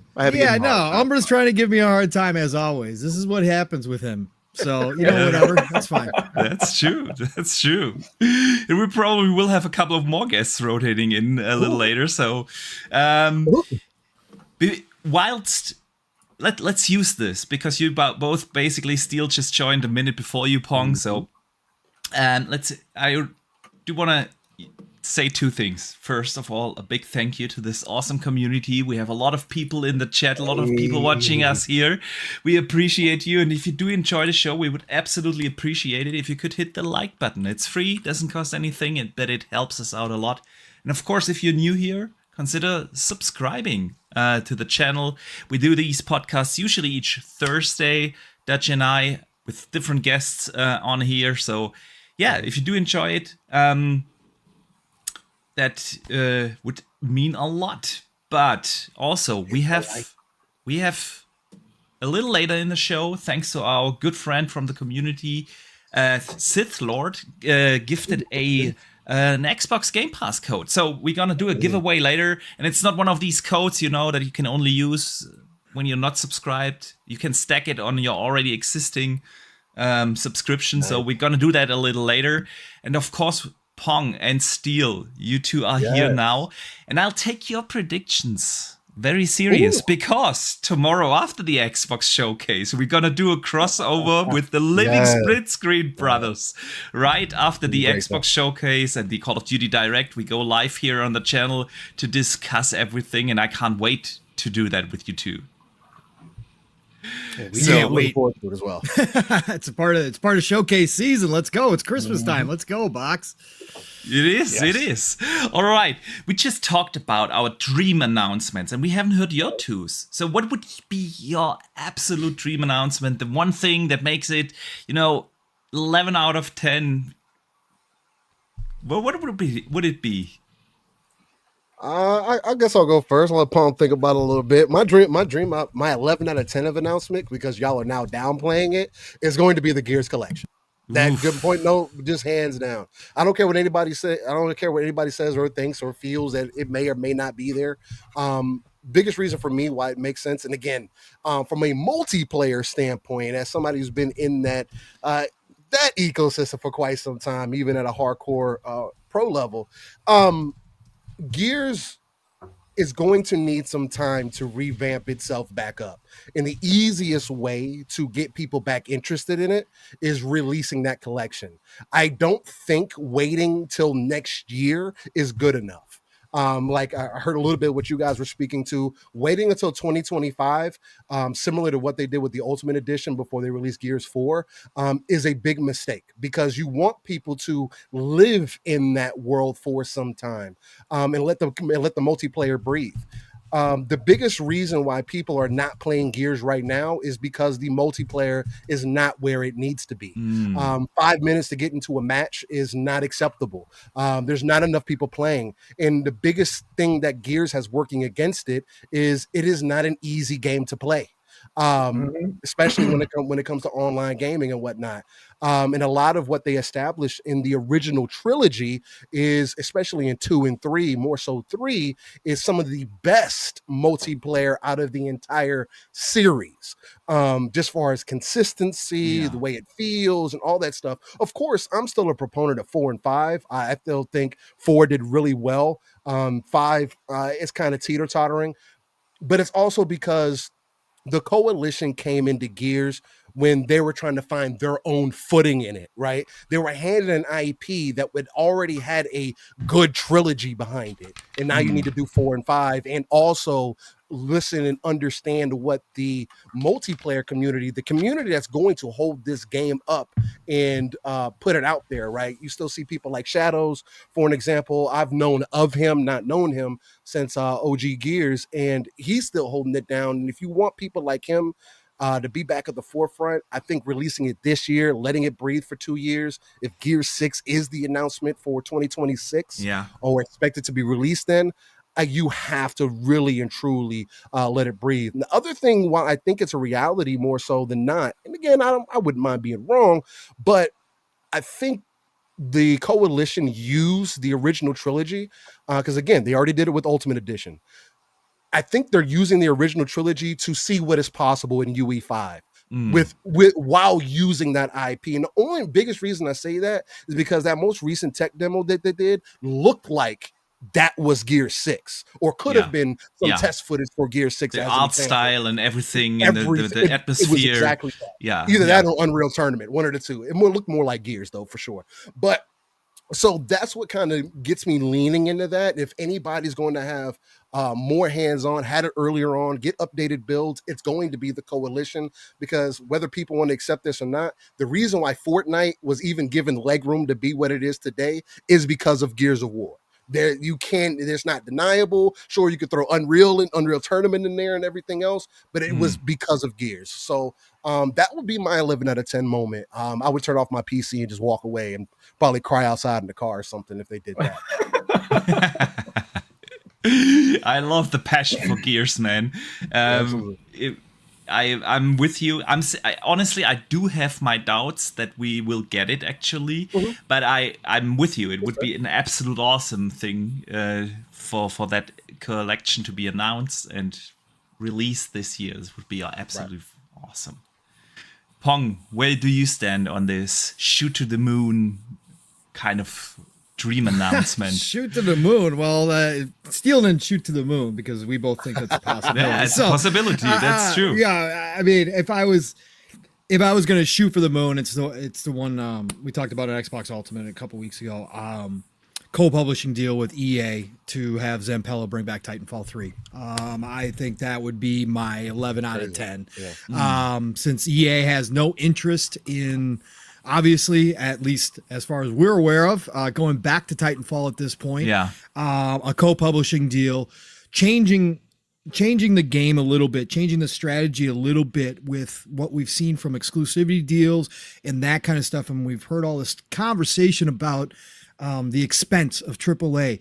Why can't some of these big publishers co-publish? Take if it's a game that one or the other publisher just doesn't have the utmost faith in it, but another publisher wants to see it done and come to their platform or come to the ecosystem, why not start co-publishing again? I think this would be a great opportunity to get something jump started. Yeah. And Titanfall 3 was Titanfall itself, obviously, when it first launched, was so massive to Xbox, and so many people want it.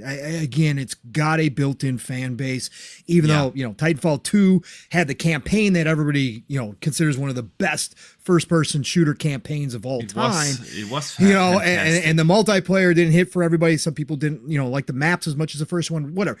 The base is there. Okay, to absolutely come back with Titanfall 3. It's been gone long enough. Yeah. The fans are feverish, much like Gears of War. You come back with a Titanfall 3 co-publishing deal, I think you would knock it out of the park. That'd be my 11 out of 10 shoot for the moon. More realistic, like Steel's level. ZeniMax's online game, if that's Star Wars, if it's a Star Wars MMO, that automatically puts me in play at 11 out of 10. I've been calling for this for a long time. ZeniMax Online has proven themselves with ESO, one of the best console MMOs, one of the most popular console MMOs to ever grace the console side of things, and has done extremely well on the PC side as also. But they have carried and built that entire base out for years and years and years and years now. And them finally, Star Wars, one of the biggest IP in the entire world, not having an up-to-date MMO, which that entire universe just fits perfectly with that model, is a travesty. So if ZeniMax Online did get that, and we've heard smoke, possibly a licensed IP for a long time now that ZeniMax, and they're working on 2 of them. But this one right here, the one they've been working on the longest, kind of fits into the time frame when Disney started doing deals again, when Bethesda obviously was talking with Disney and Lucas. So I think that would knock it out of the park. And then I'll give you two smaller ones too. Yeah. Personal favorites for me. RTS genre. You guys know how much I love the RTS genre and the strategy genre. StarCraft or Halo Wars 3. If either one of those are teased here, again, you're gonna have me approaching 11 out of 10 because StarCraft speaks for itself.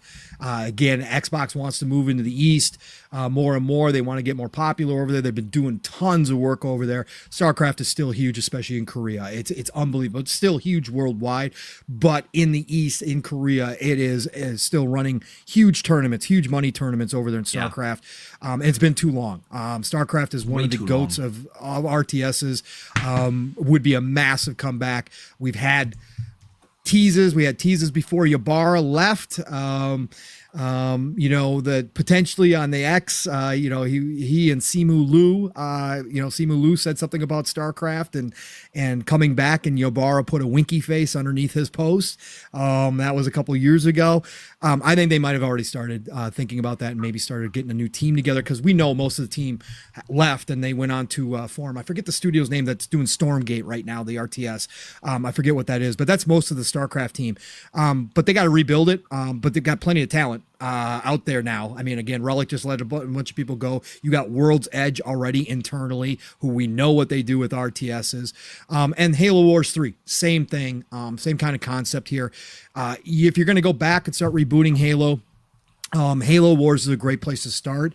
Again, yes, it's a niche genre. RTSs aren't the biggest, but they're growing, and they're growing on console. Phil has talked about how many people are playing Age 2 and Age 4, and we've seen this resurgence of RTSs now coming to consoles and PC both. Absolutely. We've seen it's time. Halo Wars 3 Bro, you got me there. Really I have 700 hours in Age 4 already. Yes, I know, brother. I know. You're ridiculous. It's awesome. So it is absolutely a StarCraft logo somewhere. Yes, that's it. Yeah, that's it. Yeah, it's all you need, man. That's all you need, man. The internet would be on fire. On fire. Oh my god.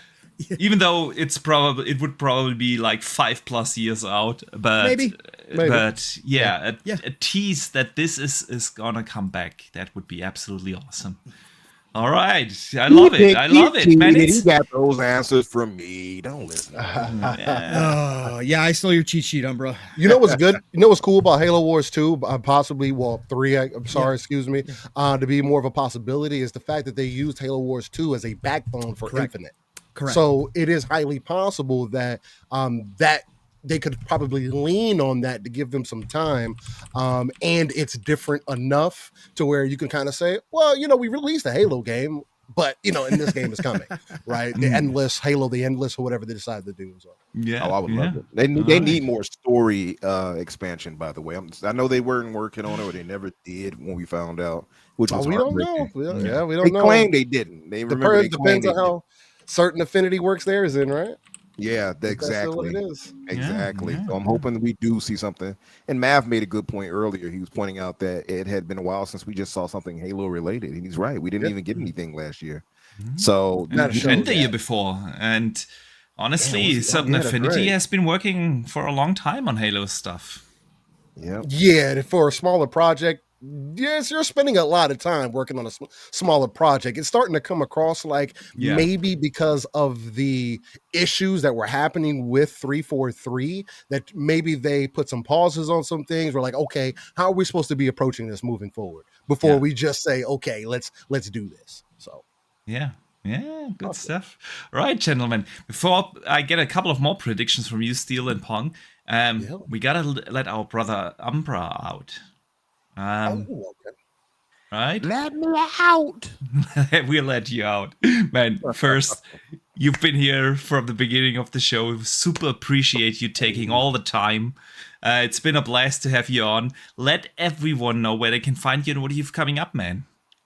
Yes. Of course, always a pleasure to jump in and talk with you greats. Pong, you too, as well. Yeah. I mean that, Pong. I know. Can you get a new headshot, please? Listen, Gas told me on another show. He said Umbra using the MySpace picture. Glamour shot. It's a glamour shot. I know that's what it is. I know you just cut out the background. That's all you did. That picture I got. Listen, we can't all be pretty boys like Steel. I saw that picture, Steel, you posted. Oh, his high school picture? Oh, he out here flexing with the high school pics. That's just me, man. That was just what I was like. I know that's my God. No, listen, always a pleasure to be here with you, gentlemen. Thank you very much for having me. Shout out to the chat too. Love you guys. And of course, you can find me on Twitter, Infinite Umbra or Umbra Infinite. You'll find me either way. Tuesdays on Boom's Xbox Factor at 12 Eastern. My show, The Fix, on Thursdays at 8 Eastern, and the Infinite Podcast with myself, Risky for the Biscuit, that Blue Number, Holly, who was out there in LA as well, and Dante Moody Spriggan, who was also out in LA with them. So, yeah. So, thank you guys. I will talk with you later. We're going to have a really good show. Good show. Yes. Cannot wait. You gentlemen have a great day. You too, Umbra. You too, man. You too, man. Thanks again for coming on. Yes, all right. Always. Pong Steel. Yeah. So we started right into this, shoot to the moon, super 11 out of 10 prediction. But tell us, what do you guys expect to be there? What are they going to start the show? What's going to be in the middle? What's going to be at the end? Where do you stand there? Oh man, if you ask me what's going to be, it's still probably going to sound outlandish. Here goes Steel. Let's see. To start the show, what do we start the show with? To start the show with, I guess I'll be a little bit different, and well, I'll go even more different. I was gonna do something with Splinter Cell to start with, a little Splinter Cell tease. That would be where Ubisoft kind of fits itself in, and it would make sense. I mean, with Splinter Cell traditionally being exclusive to Xbox, I mean, it would make sense at least for that one. But to start it, because I think starting and ending, you definitely want to solidify Xbox, right, as a brand and what you recognize the most. There was the official Halo channel on YouTube made a post that said, "Growing up is realizing Spartans do die." I have no clue what that's supposed to fucking mean. Excuse me. And I took it as kind of disrespectful because I was like, what are you saying? Like Halo's kind of been kind of up and down, a little bit finicky for some people. I know it's definitely in a way better state as far as content and everything goes right now, and it's feeling really good. But the original motto is Spartans don't die, they just go MIA or whichever the case, or missing in action. Means same thing. But so for them to say that, are they trying to rile people up to get them interested in why that may have been said? They reposted it on Twitter the next day. So it's like, okay, why are you posting something that goes against what you've kind of set in stone for Halo? Is this the turn that we've seen? Is it going to be additional story content? And just like they did with, I believe that was Halo 3, it might have been 2. I may be getting them confused, but it was the trailer that Xbox shown of Master Chief being in the middle of the desert, and he just walks up in this. It was Halo 5, yeah. Machine. He got the cape on, and it just looked crazy. That trailer, I still go back and look at that trailer, just for hype moments and whatnot. I could see them doing something like that, especially with the way that Infinite ended. Tease the endless, tease the gameplay, tease what you're going to do next for the story. I like it. The other thing that I think would make that possible is because supposedly there's rumor that Forge has been able to be moved into the into UE5. If that is truly the case, then it is much more likely that they can get something at least a little bit of 2 to 3 minute teaser out to at least say, hey, Halo's coming. Right. I think that would be one of the best ways to start it, to just at least let people know, hey, we know you had some worries about how things were going. I know things haven't been consistent, but we still want you to be excited about this IP because we love it and we care about it. Yeah. So that would be what I would do with that. I like that you didn't say Perfect Dark, because that is what everyone expects the show to open, right? To be fair, Perfect Dark's not for me. I feel like people are looking at Perfect Dark with rose-tinted glasses, that it's not the game that people think that it is. But this is me. I know that's a hot take. It's not a game I'm genuinely interested in. I can actually pass on it. But I mean, as far as a game that we've been hearing about, it's been rumored to be up and down. This is also rumored that they have had some issues. I would like to see Perfect Dark, but yeah, of course I gotta stick to what I like and what I would expect. And I think Halo or something like a Gears would be, or even COD, like Rand was mentioning, would be more recognizable than even Perfect Dark would be. I'm with you. I am super excited for Perfect Dark. I have a lot of nostalgia for the IP, and I have high hopes, but I think it's gonna be more in the middle of the show, because I'm in a similar boat like you. They want to open the show with the statement, this is an Xbox show. Exactly. And that's why I feel it's Gears 6, because Halo and Gears are the face of Xbox, it's these are the core pillar franchises, and if you open up Gears with Gears 6, you're gonna tell everyone, okay, you're here for an Xbox show. And that would be nice too, Box, because you're coming off of Hellblade 2 being a stunner visually. So if you double down on that with Gears beginning of the show, I could see that happening. Yeah. That would just solidify the fact, hey, you guys have complained for graphics even though we've had graphically impressive games for some time. Look at Gears for a while. It's funny how that always gets dismissed. It's Gears. Oh, who cares? It's weird, but anyway. So yeah, I can see that. Middle of the show, I think the ending is easiest. I think they end with Gears, because that would leave people's jaws on the floor, honestly. And especially as you're getting into Call of Duty, that would give you that kind of two sides of the moon kind of thing. Your third person shooter and then your first person shooter, and boom, let's slam you in the face with Call of Duty. That's what I would kind of see. I mean, that would really excite me. But as far as the middle of the show, I think the middle of the show is probably where you do show maybe a little bit of Fable. Again, just to to fix some of the worries that people had. Hey, was that gameplay? Was it not? I think we pretty much on this panel agree that there was definitely a glimpse of gameplay, and because of how games are today, 10 years ago, I could agree with somebody saying, oh, that's not gameplay. Today, Hellblade has proven to me that it's probably gameplay, and many other games as well, especially the Eastern flavor side. Yeah. But I would like to see Xbox really dive deep in the competition bag. Even though it's not on the console front as much, there's other ways that you can present competition. It's something I brought up this morning, and it's digging into the East, showing your partnerships, and that's pulling Wuthering Waves, a direct competitor to Genshin Impact or to Hoyoverse, as I would say, that PlayStation has under their thumb right now. I think what would really be a highlight for me, and again, it's also a little bit of bias because I'm really in it right now. And I also think it's the better version of those style of games that has come out. Hoyo has Zenless Zone Zero, which is also going everywhere but Xbox. Kuro Games have also made a previous game called Punishing Gray Raven that was on mobile, and then it came to PC.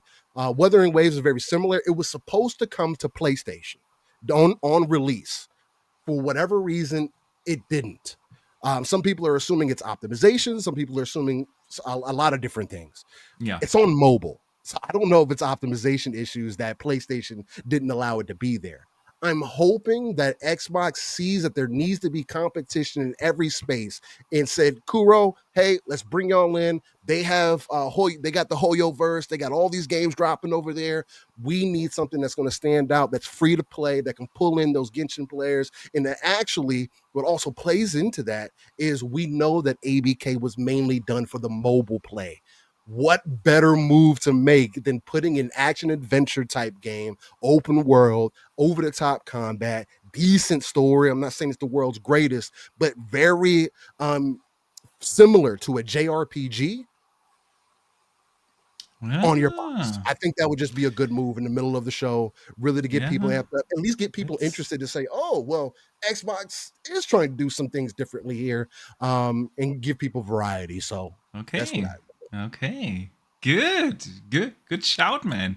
Good shout. Pong, where do you stand? Opening, closing, something in the middle?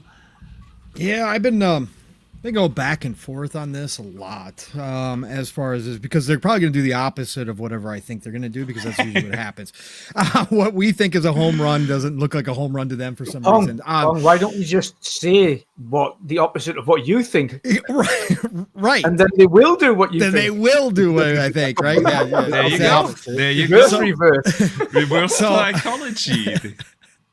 But see, then it's the butterfly effect too, right? Where which way I decide is the actual opposite, right? It's going to be anyways, and then it's the actual opposite of what I wanted. Anyways, no, I've been on board. I've been on board with the Perfect Dark leading off for sure. I think that's one of the games that probably would be up for consideration for a variety of reasons that a lot of people have already talked about when they've done this. And I think reestablishing Joanna Dark is important, since they've, again, all the troubled waters that we've heard from the initiative side of things and all that kind of stuff. You still have a veteran team in Crystal Dynamics, and you have veteran leadership over there. Show us, okay? If that thing is ready to show, then that's a way to start off to say, listen, no, there's been a lot of smoke around this game, but here you go. It's looking freaking amazing. Here's Joanna Dark coming back in an all new way. And even if Steele wants to say there's a lot of nostalgia, misplaced nostalgia for Perfect Dark, they're going to be doing something different here. Okay, this is not going to be the old Perfect Dark. So it's going to be, you know, and for people who've never played Perfect Dark, it's going to be a brand new introduction to Joanna Dark, and it's going to be a brand new IP. So they could still blow everybody out of the water. So I've always been on board with that.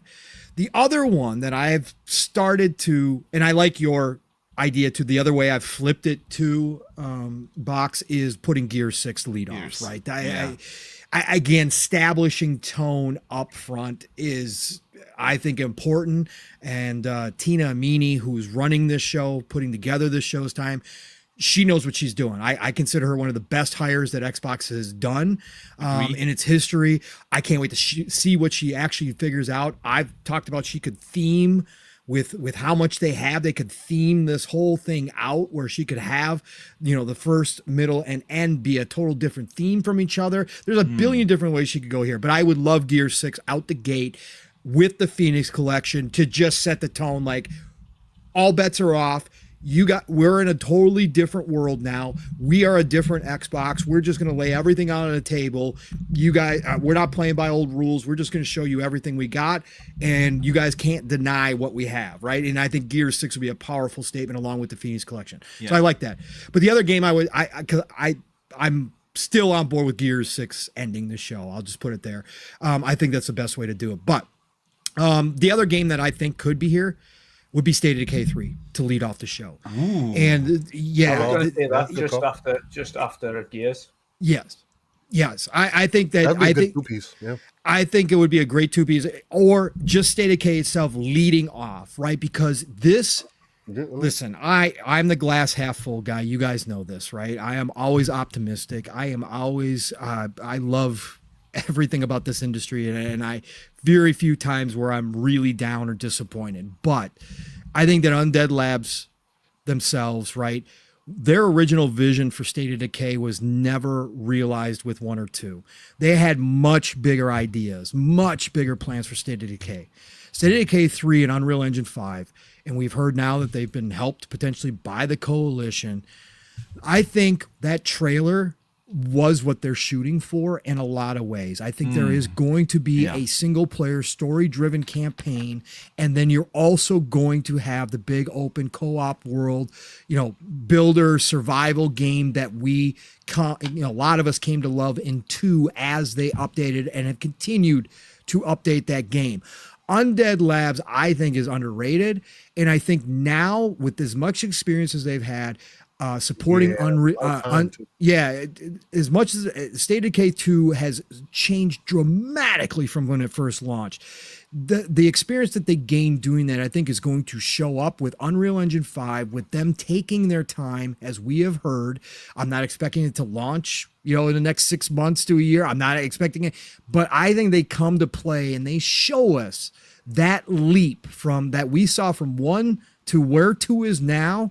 I think 2 to 3 is going to be even a bigger leap. It's going to be a much more complete game that they originally had envisioned. And I think it's going to change the way we think about, survival co-op games, especially in the zombie genre, because I think Undead, they're some good ideas. Their original creativity was pushing things. And I think they're going to push things again here. So I think this would be a great way to start. If it's showing the way, if it's ready to show even a bit of it, right? And you can show it off and it looks similar to that trailer that we got. You start the show with that unexpectedly. Nobody expected Undead Labs necessarily. And it's like, oh, okay, I see where we're going now. I see these studios have been working, right? UE5 too. Yeah, they're doing UE5. So so I'll throw that twist in there. I think that State of Decay 3 could lead off the show. Middle of the show. Wait 1 second. Go ahead. I couldn't agree more with everything you said about State of Decay 3. But I feel like State of Decay 3 needs explanation what it is, that it has a single player campaign, that it is still permadeath and all these mechanics, and that's why I feel that's more in the middle of the show. But okay, man, it would be an awesome show opener, no doubt. Yeah, I think there's a way to show it too.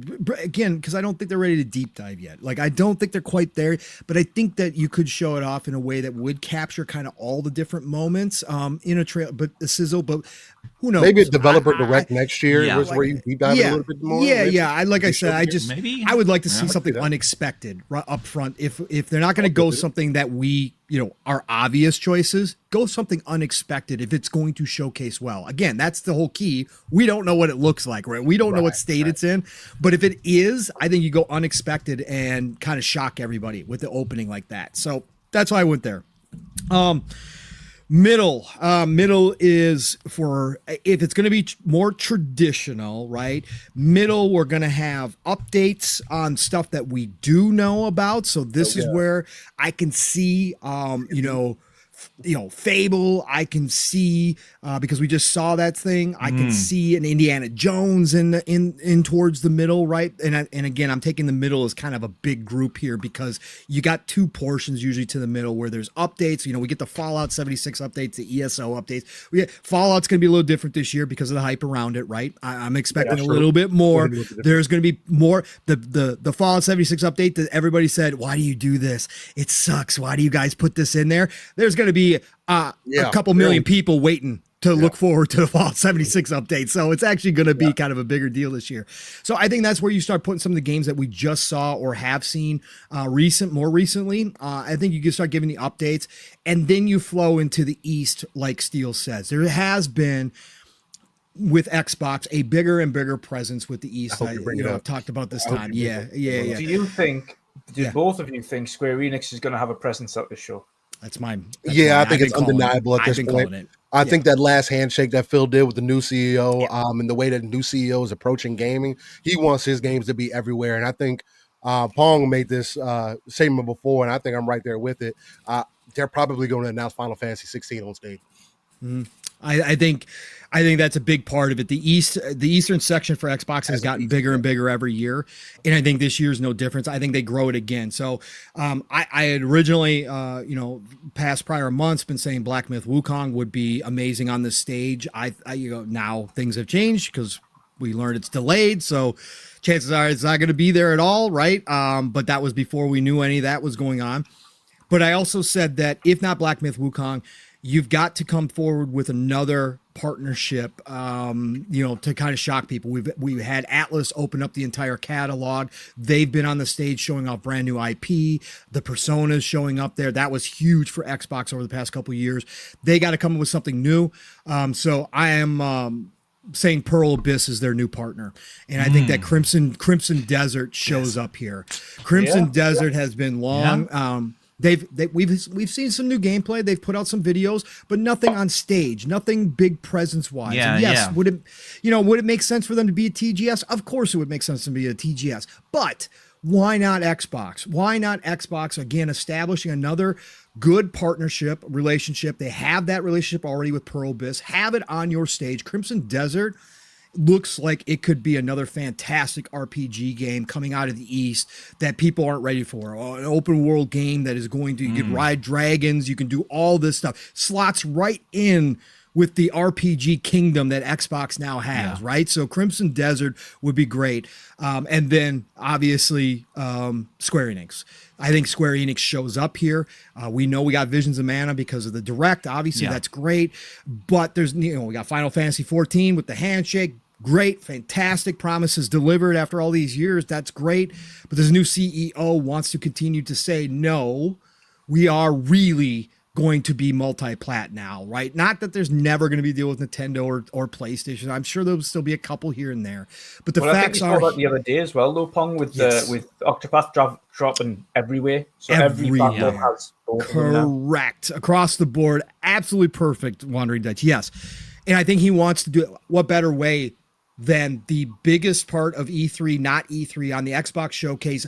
Millions of eyes are going to be on this showcase, even more so than before, with people not even a part of the ecosystem, because they're going to be lined up waiting to watch the Call of Duty Direct. People are going to jump in early to see Xbox and what they got going on. This is that moment. So why not show up on the Xbox stage and bring something new? And if it's Final Fantasy Tactics Remake, fantastic. One of my GOATs of all time, Mav, I know, is cheering Final Fantasy Tactics, or as Steele said, the one I've been saying is Final Fantasy 16. Just tell everybody that you're going to bring it to Xbox. It only had like a 6-month window according to everything. Come out there and say, yep, this is real. Final Fantasy 16 is coming over to Xbox as soon as we can. That, again, that just establishes that the reality is Square Enix is doing what they say. They are walking the walk at this point, and I think it would be a great moment for everybody involved. So I think that Square Enix is going to show up here. We will get Sega. We will get Atlas. I've even said this would be a great spot to tease Persona 6 on the Xbox stage. We'll see if that comes through. It might be too early. Yeah, Game Pass day one, or even if it's not Game Pass, just putting to rest all the still lingering rumors that Persona 6 will not launch day and date on Xbox. Yeah. We're done with this. But just to put that all to bed, Persona 6 here would be great. So that's my middle of the show. I think you're going to get a combination of the updates on some of the stuff that we've been aware of that obviously was shown recently, and then the Eastern flavored section that they usually have just gets a little bit bigger this year. And I think that's the middle part. End part, I said it before, I'm going to stick with it because again, the obvious home runs aren't always obvious to everybody at Xbox or any of these other companies out there. But Gear 6 with the Phoenix Collection, if it's real, ending the show, even if it is just Gear 6, even if the Phoenix Collection is not there, Gear 6 ending the show, something that people have been clamoring for, that it's been gone long enough, that we got a taste with Hive Busters. It is time, and wow, what a way to end the show, to lead into Call of Duty with a third-person cover shooter that changed the entire industry. You finish it off with Gears, and I'll throw this out there: if it's not Gears, you end the show on Doom. Okay, you let Ed take us out. Will be. We already know it's going to be gorgeous. We already know that it's going to be explosive. It's supposed to be going back to the medieval times, so you're going to see Doom guys slamming around some kind of freaking magical futuristic sword and slashing. That's the way you end the show, to go into Call of Duty 2 on a high note. So, but I would think Gears is where you end it. And I think Doom could be more gruesome this time around too, because you're going taking it back to that age, much more visceral in your face. I mean, the current one already freaking is. So it's like, how do you take it up to the next level out here and put more detail in your face? It's gonna be crazy. id Tech's upgrades, I can't wait to see what they've done. It's crazy. It was already so damn impressive. I can't imagine what it looks like now. I've been saying, with the setting of the medieval times, they could also go a little bit more back to a more horror approach. That's like they had in Doom 3. I still think it's going to be fast paced and everything, but they could throw in these kind of segments in the game. And man, I can't wait for Doom. Werewolves, all kinds of crazy stuff. Crazy stuff. I don't know what else you're going to ask here, Box, but one other one that would be interesting is if any of the smoke is true, right? If any of the smoke is true, that they've gone in the East and done a deal to bring back one of the 360 era JRPGs, which, of course, Blue Dragon, but Lost Odyssey is obviously the big. Do y'all think that that's really a possibility? If I'm just saying, if any of that little hints and trips, I've never played either one. So if they talked Sakaguchi into coming back to AAA gaming, if they talked him and Mistwalker into actually taking on a project this big at this point, the man's 65, I think I looked him up, 65, 66 years old. Sakaguchi, for anybody who doesn't know, he's the godfather of Final Fantasy. He was one of a couple brains that developed Final Fantasy, but most people give Sakaguchi as the main brain behind Final Fantasy. And Lost Odyssey is the lost Final Fantasy game to most people who love Final Fantasy and have actually experienced Lost Odyssey. Almost to a T, they all admit that if it had Final Fantasy on the name, it would be a Final Fantasy game. It'd be one of the GOAT Final Fantasy games of all time. So if they convince Sakaguchi to come back, right, you drop that somewhere in, you lead off even before the middle section in the East to be like, we're serious here. If they convince that to happen, that would be a big moment too. And you could even end the show on that if you really want to do something different too. I like that. I like that a lot, man. Blue Dragon, and especially Lost Odyssey. Odyssey, Blue Dragon was great, but Lost Odyssey was fantastic. I want to ask you guys a question, if you don't mind. Yeah, sure. Regarding the showcase, because Paul made a good point. And it just, I don't know, light bulb. Call of Duty is 100% a factor here, right? This is Xbox putting their stamp on it. It's happening right after the showcase. Do y'all really think that this could be I think if a time, if any, this is a make or break on how you represent yourself as a corp in the gaming world right now. because it's not just Xbox anymore. It's Bethesda, it's Activision, it's Blizzard, King. Like, there is multiple things that you got to stand on now. So it's like with Call of Duty, I think there is going to be more eyes than ever to kind of turn the tide for Xbox, the thing that they were looking for versus trying to win the console war, the mind share thing, right? Yeah. Do you think it's integral that they have to hit this point? Do you guys see it that way? More so than ever? It's different this time. It's a great question. It's a difficult one to answer. See, while I do think that Call of Duty is obviously big enough to actually turn the tides, I really don't think it does matter that much how they are going to brand it in that particular show. Because for who's watching the Xbox showcase? Those are the Xbox fans, right? They are already invested in the ecosystem. And then you have the media sites. And the media sites will, no matter what they do, try to generate clickbait headlines. For Xbox, in order to leverage Call of Duty, to grow on Call of Duty, they have to do different kind of marketing campaigns. And since that's the biggest problem that they always had, the casuals will probably not know that it is on Xbox, or that's what could be different. I would go even further. Across Europe, a lot of people don't even know what an Xbox is, right? And so will it matter whether Call of Duty is on Game Pass or not? I think it really matters not how they brand it in this particular show, but what they do in terms of marketing afterwards. Up to it. Yeah, so... Okay. They need to be a little bit more aggressive like PlayStation are and essentially market it to the point where they think it's an exclusive when it isn't. Yeah, it's only Xbox, but there's no other branding. It's every time Super Bowl or football, college ball, basketball, soccer games. This is what you see. Every time that you see Call of Duty moving forward, it's Xbox brand. Yeah, I mean, Activision has marketed Call of Duty like crazy every year. Yeah, there are billboards and TV commercials and everything. In every of those ads, you have to have the Xbox logo, the console.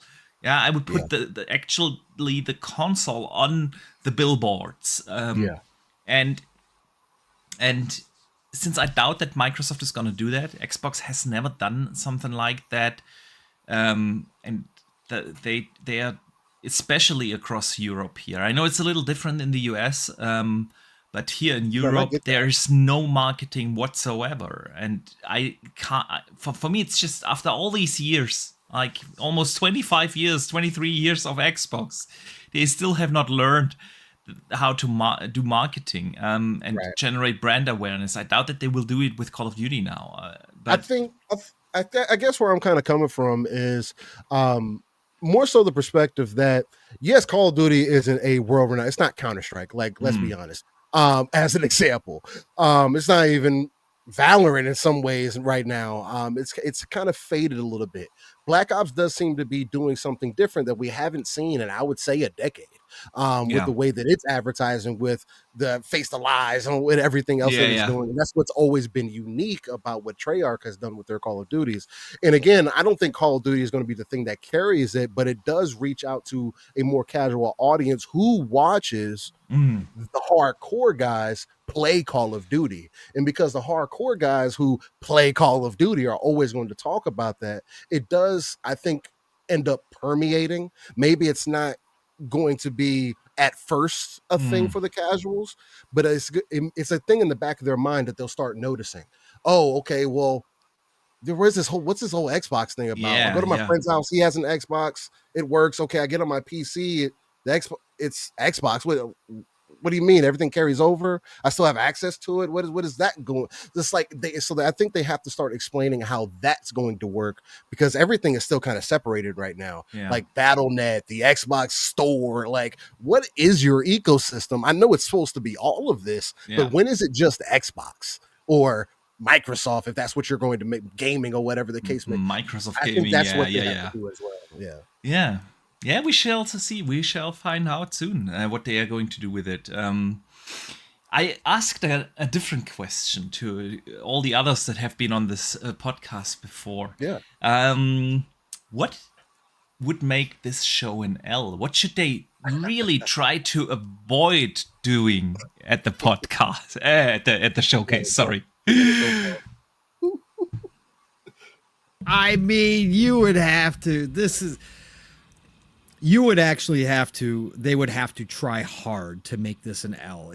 There is no way with this many games that they could make this an L. Like, again, this is personal taste, of course, but there is no freaking way that I think that Xbox can come out of this with an L unless they show none of their big first party titles. Like, they would literally have to like show none of their first party titles. It would have to be basically State of Play Part 2 for Xbox. Like, don't show any first party titles, no roadmap, all second party, third party deals, and that's all you show. Like, I don't think, Box, that they can come out an L for me in any way, shape, or form. I just don't think it's possible. I mean, yeah, I don't.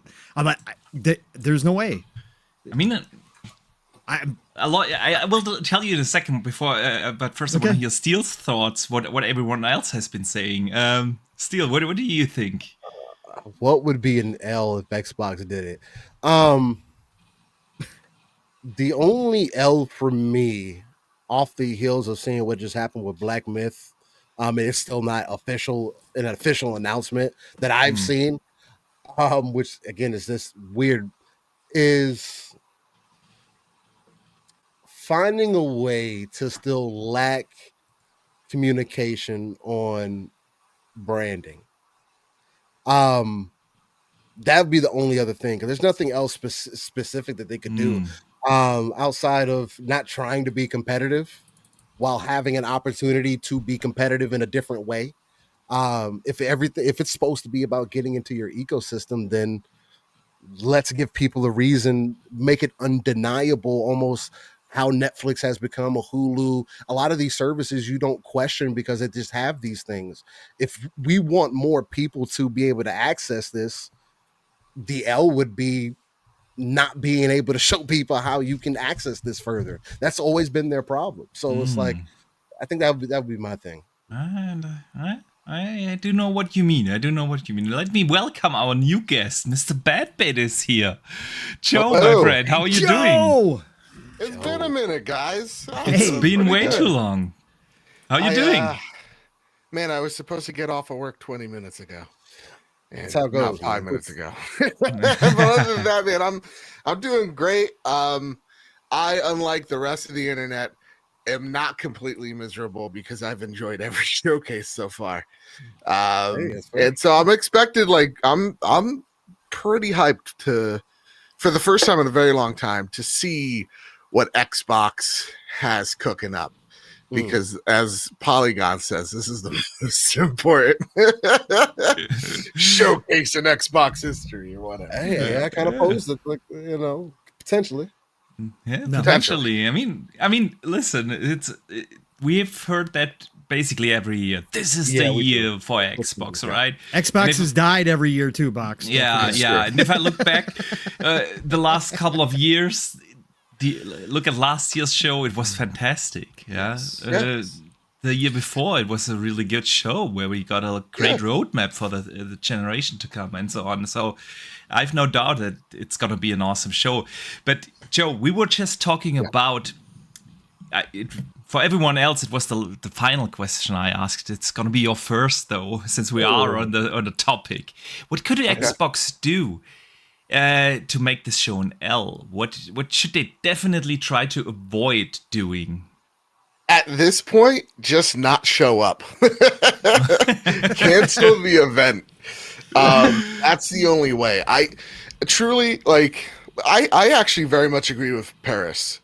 I think this is the highest I've ever been before an Xbox showcase, where I am legitimately, as a person that plays primarily on PlayStation, I no longer own an Xbox. I am very excited to see what the future of Microsoft gaming is going to be.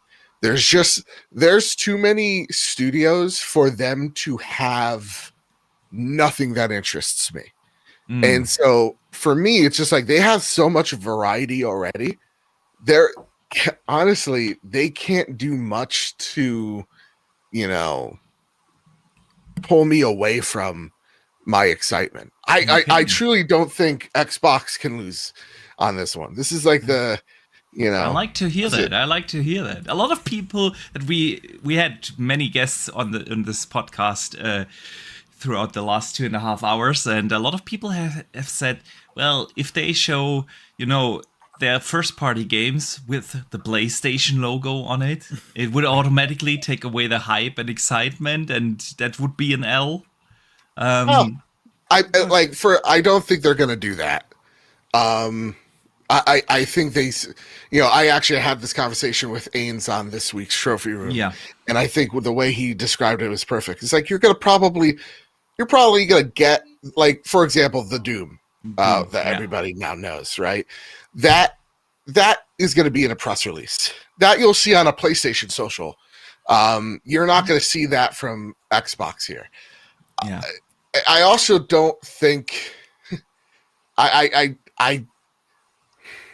particularly don't care about the console war stuff. So like for me, if I see like PC and like Nintendo Switch, I'd be like, all right, whatever. It doesn't sway me any way, because it's just not what the game's about anymore. Like we're seeing we're just seeing it change so dramatically.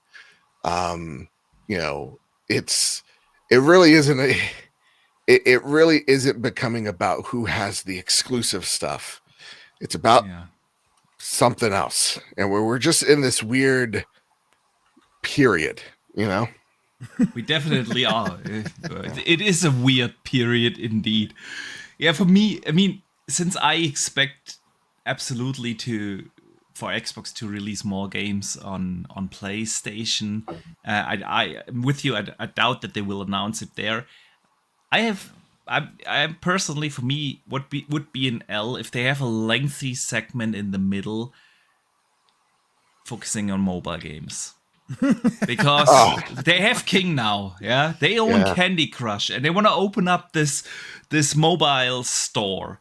And if they come on stage on the Xbox showcase and show us, this is the mobile store, and we will have Candy Crush and this and that on there, and something like that in the middle. I don't want that in my showcase, honestly. You're right. That would be the L. If they're like, hey, listen, everything's on mobile now. Yeah. But yeah, no, that'll probably be next year. I truly that mobile store does not. It does not interest me in the slightest. I think it's dumb. So like for me, that's not how I want a game, and that's probably because I'm an old man. But yeah, that would be an L, honestly. If there is a 10-minute segment on the new app store that's web-based. Exactly. Yeah, that would kill my head. I'm with you. Lord Metroid in the chat asks, don't you guys have phones? Yeah, I do, but I don't play on them. If I want to play on the go, I have my Ally for that. I don't want mobile games in the Xbox showcase. But anyway, Pong Steel, I don't know how much time you got left. You can stay around just as long as you want, of course. Just let me know if you gotta bounce. Yeah, if you got a question or two more, I'm certainly willing. I got time to stick around, man. Of course, we want to hear. Yeah, cool. We want to hear Joe's thoughts on the show. You two answered those questions, but we want to hear your comments and thoughts on Joe's questions. What would make this an 11 out of 10? We talked about the L. What would be the dream announcement? The one thing that makes it, again, an 11 out of 10 for you. Like, again, honestly, I'm already there. I think there's so much working in Xbox's benefit at this point in time. But like the part of me that, you guys can't see it. I'll turn my cam on in a second once I get to it. But like, Halo and Gears are like, they are my most formative games. So like, anything Gears related that we see here, I'm gonna pop off in a major way because I love Gears of War. There's only one Gears of War I didn't like, and that was Judgment. Every single one of them, other than that, I've enjoyed. Although Judgment had a pretty fantastic horde mode. People don't give enough credit for the horde mode in Judgment. I really enjoyed that. I got to be honest, I don't remember it much because that was one of those games that I remember playing at my shout out to my buddy Adam, my buddy Adam's house, and I was just like, "What is this? This is not the Gears I remember." And I was very adamant for some reason about that. But anyway, any Gears announcement's gonna get me hyped. Coalition.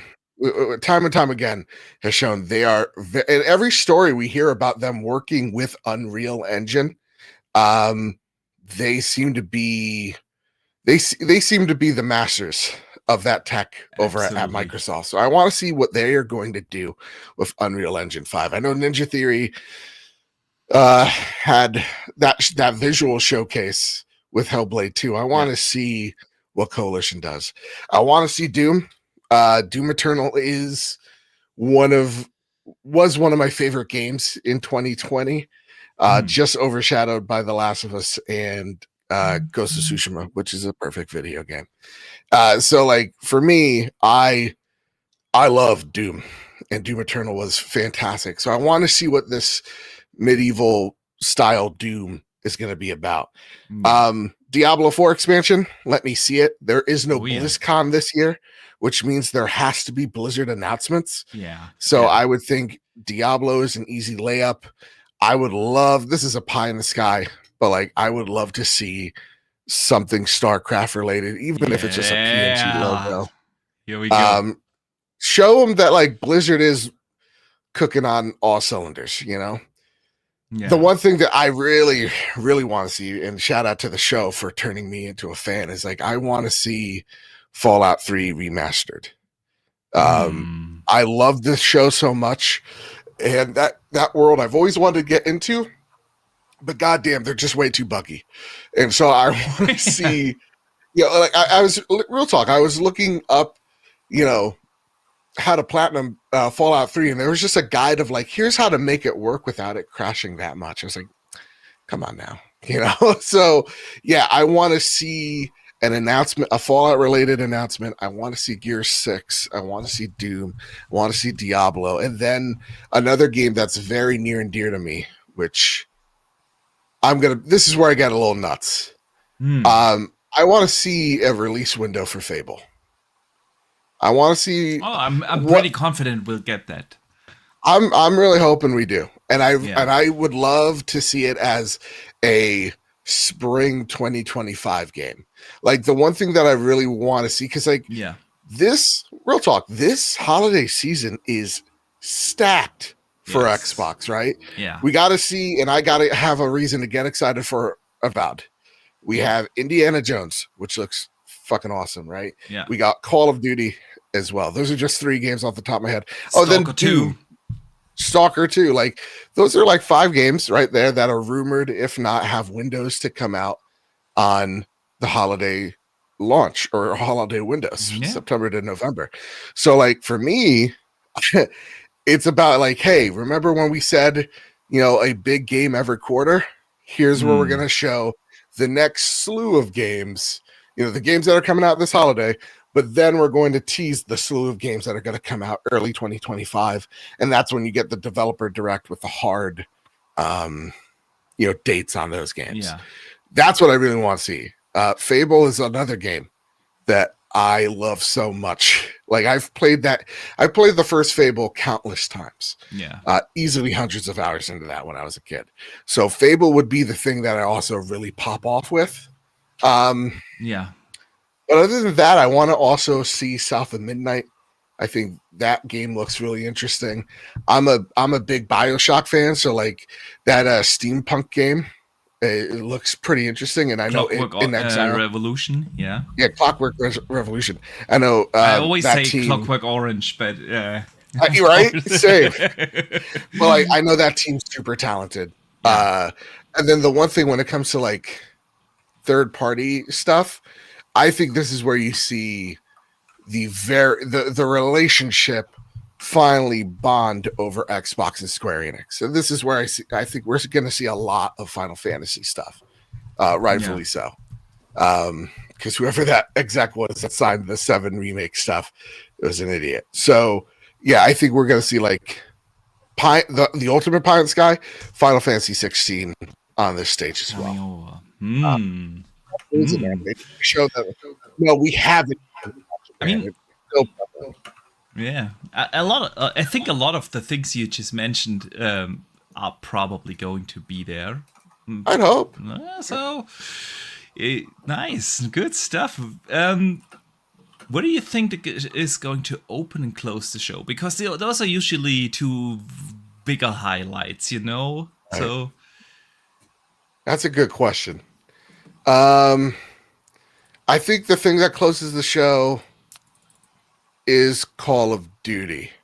I think that is the thing. I think I know when people are like, it's not exciting, it's Call of Duty or whatever, but it's like, it is like in real talk, it isn't exciting. Like seeing it headline, I'm like, well, all right, it's cool, fine, I guess. It's like seeing Papa Roach live. It's like, I get it, it's Papa Roach. They've been here for a while. I guess I'll sit through this, and I know I'm gonna get a good show out of them. But it's Papa Roach, you know. But I think what makes it important, not less so exciting, is the fact that it is on Game Pass. The fact that it is home now on Xbox, though you could play it anywhere, and they're gonna expand the places that you could play it. I think by saying, hey, you could play this for, you know, whatever much Game Pass is now, that's gonna be the thing that is exciting. That's gonna get the casuals looking at this service. I think if there's do or die to anything in like what's on the line here, I think it is the future of how Game Pass currently looks, because this has to be the thing that pulls in double-digit numbers, right, to that service and grows it dramatically. So I think that is the thing that is going to close the show because it's important. Less so exciting, it's important. I think the thing that opens the show. I mean, hang on, one question. Do you really think they're gonna close the show with the game that they have a developer directly after? If it's not the thing that closes it, it's gonna be the thing that is close to. Because I remember Starfield, if memory serves right, it was one of the end games. Yeah. So I would think this is if it's not the thing that closes it, it's pretty close. Okay, I see where you're coming from. Okay. See where you're coming from there. Yeah. Okay, good. So what's gonna open the show? Two things pop in my head. I think the thing that would be exciting is something from the Xbox studio. Maybe we haven't seen it in a while. Maybe it is something we've just gotten teases for. So like the first two that pop in my head, I think this would be two big pops for hardcore Xbox fans. I think the first one is Johanna Dark. See a perfect Dark game. See that actually. See it for real. Or State of Decay. I think both of those games we've seen snapshots of, but I think seeing them fully would be exciting. I would like it to be a team that isn't like a headliner, like Coalition or 343. Like this is something that is one of the studios. It's a brave idea. It's something different, just to show variety in your studio. Yeah. I like that. I like that actually a lot. I mean, Perfect Dark. Most that have been on today's podcast said that. Think a lot of people expect that because it would be similar to what they did last year, and last year's opening was Fable, which served them pretty well. So yeah, I could see that. And like happening. I still doubt that that's gameplay, and they're like, no, it's gameplay. I need to see it. You understand? I need to see the UI. after Hellblade 2, do you really doubt that this is. Do you think Fable will have a UI this time around, or do you think they'll go UI-less to make it a little bit more focus on what's on? Oh, I think it would, because I think the difference between Hellblade and like Fable is like Hellblade is not so much about the combat. It's about the narrative. It's about the environments that are kind of leading you into things.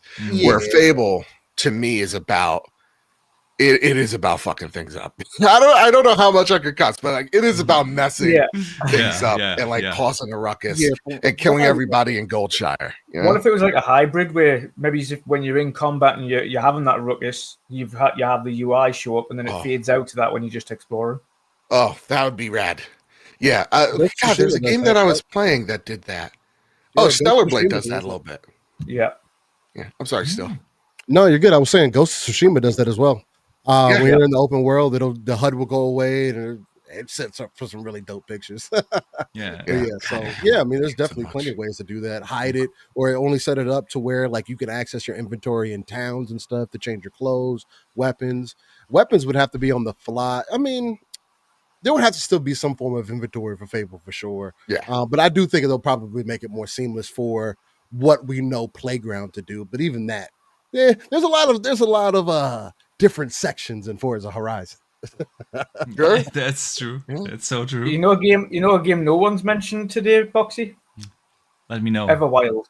That is true. Hang on, gentlemen, before we talk about whether we expect Everwild to be there, we still have our giveaway to do, and I need probably a little time to put the spinning wheel together. So I want to give the community the time to enter the giveaway. We have a code for Game Pass to give away. Again, it's not one of these codes that you can't use if you are already subscribed. You can stack it on the existing one. That comes from our friend Sith Lord, who sent the code earlier to me to give away during the show. So shout out to the Sith Lord. And if you guys want to enter for that, just type in the chat hashtag Game Pass, and we'll draw the winner in a few minutes. All right. Everwild is a good point. Yes. No one's mentioned it because I think a lot of people have forgotten about it. But that game's had it hasn't been restarted, like you say, because Mr. Booty himself said I think people took that the wrong way. They've just went in a different direction with the game. Yeah. So maybe it was more of a walking sim, and now it's not. Yeah. They were spending their time putting up new solar panels. Yeah, I said this in the middle of the week. I think having learned from Sea of Thieves, they might go down a more Sea of Thieves-y route with the co-op element of this game and kind of the world that they've created. They learned their lessons from Sea of Thieves and taken it in a similar direction for Everwild going forwards. Of course, an entirely different route. We had a really cool conversation about it this kind of last episode. But what do you guys think? Will we see it, and what do you think it will be in this new reimagined form? Yeah, we definitely need to see it. I only say we need to see it because last time we saw it, we don't know what it was. It was just like it's pretty, but is it? Am I taking care of animals? Am I adventuring with these guys? Do I have a staff? Like, am I going to be able to shoot stuff with magic? What's going on in this? I kind of imagine it being somewhat of like a blend between, what was the two games that I was thinking of? Like Power World and State of Decay. What if they end up doing something like that? Like, I don't know. That's the way that I took it. Like, it might have some survival elements to it as well. Where you're saving the creatures or whatever the case. I have a lot of good hopes from like Kana did some things like this as well, where you're like helping the forest get back healthy and whatnot, saving the forest, So I don't know. I think they should show it right here though, because at this point it's been quite enough time and we don't know what it is. Yeah. I think next year. I don't think they show it this year. I think it's one of the ones that they hold off because I don't think it's going to be anytime soon, and I think it is one because, and it's not that we forgot about it because we talk about it plenty from time to time when it comes up, like because I am very curious about it, obviously, because it was gorgeous, as Steele said. I mean, again, the the art direction and everything they were going for, I was really feeling, and I'm very hopeful that they didn't change any of that because I thought it was a dope looking game. But I just think that they've got so much to show this year that I don't think you need to show Everwild. Let Rare continue to cook. You've let them go this long. This time it really, and again, even if it wasn't a full reboot or anything like that, it was clear because they said it themselves in interviews that they didn't quite know what they had, like what type of game it was. So I want to make sure that when it does show, that is answered concretely, that it's not, there's 100%. No questions asked about what type of game we're going to be getting. And I think next year would be a great time to show that off. I mean, they got games set up for the next 3 years. They've got so many games, it's not even funny. But I just think next year would be a great year to show it in 2025. Let all these other games that we're talking about here get their moment this year, and then surprise next year with Everwild, right? Just surprise Everwild, Contraband, those kind of games. Show them off next year. Let the other games ready to rock and roll this year get out the way. I would love to see it. I'm not going to be obviously upset if they show it. I'll be extremely excited and surprised. But that's just my initial thoughts on it. Nice. Let me ask you guys a question. Have they confirmed how long the show's going to be?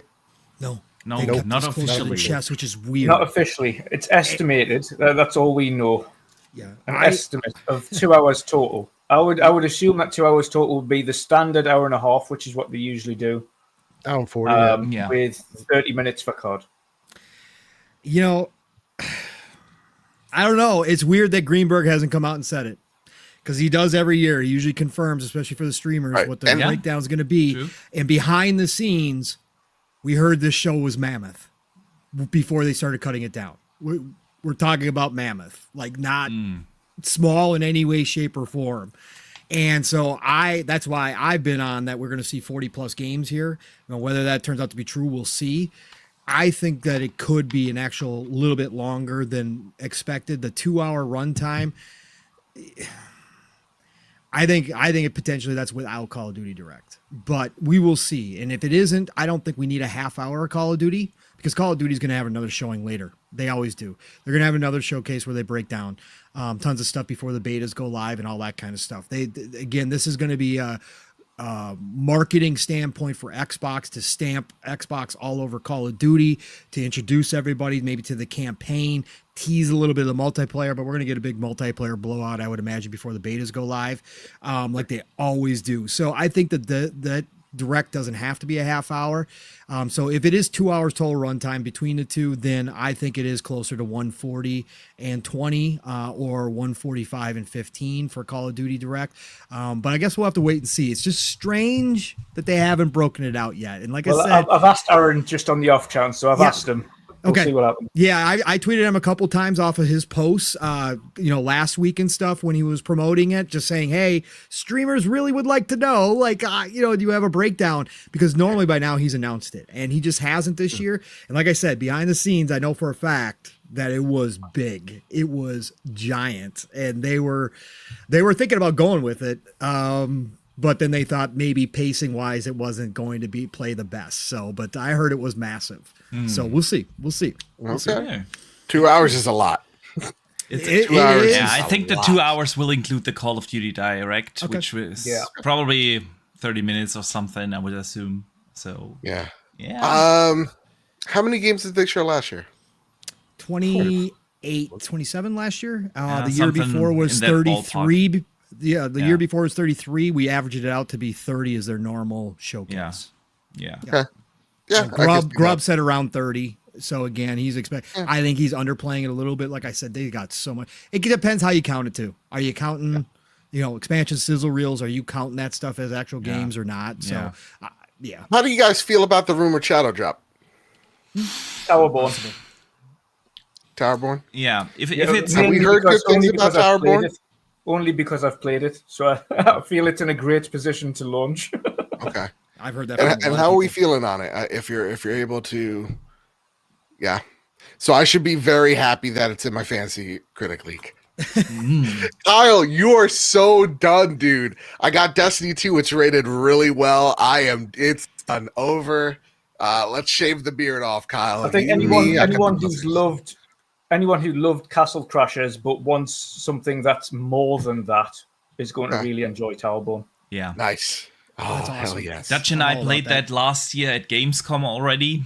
It was in a great state there. The beta, actually the closed beta, which we can't really talk about because in NDA stuff, but it let you play the entire game, not just like a certain part of it. And honestly, if there is a shadow drop, I think it's gonna be Towerborn. Okay. Makes sense. And it's a second part. I mean, it's a partner studio, so they already got their bag, so we don't have to worry about a hi-fi situation. Yeah. Okay. All right. That gets me excited. You guys have swayed me because earlier I was like, I don't know about a shadow drop. Didn't really work this time.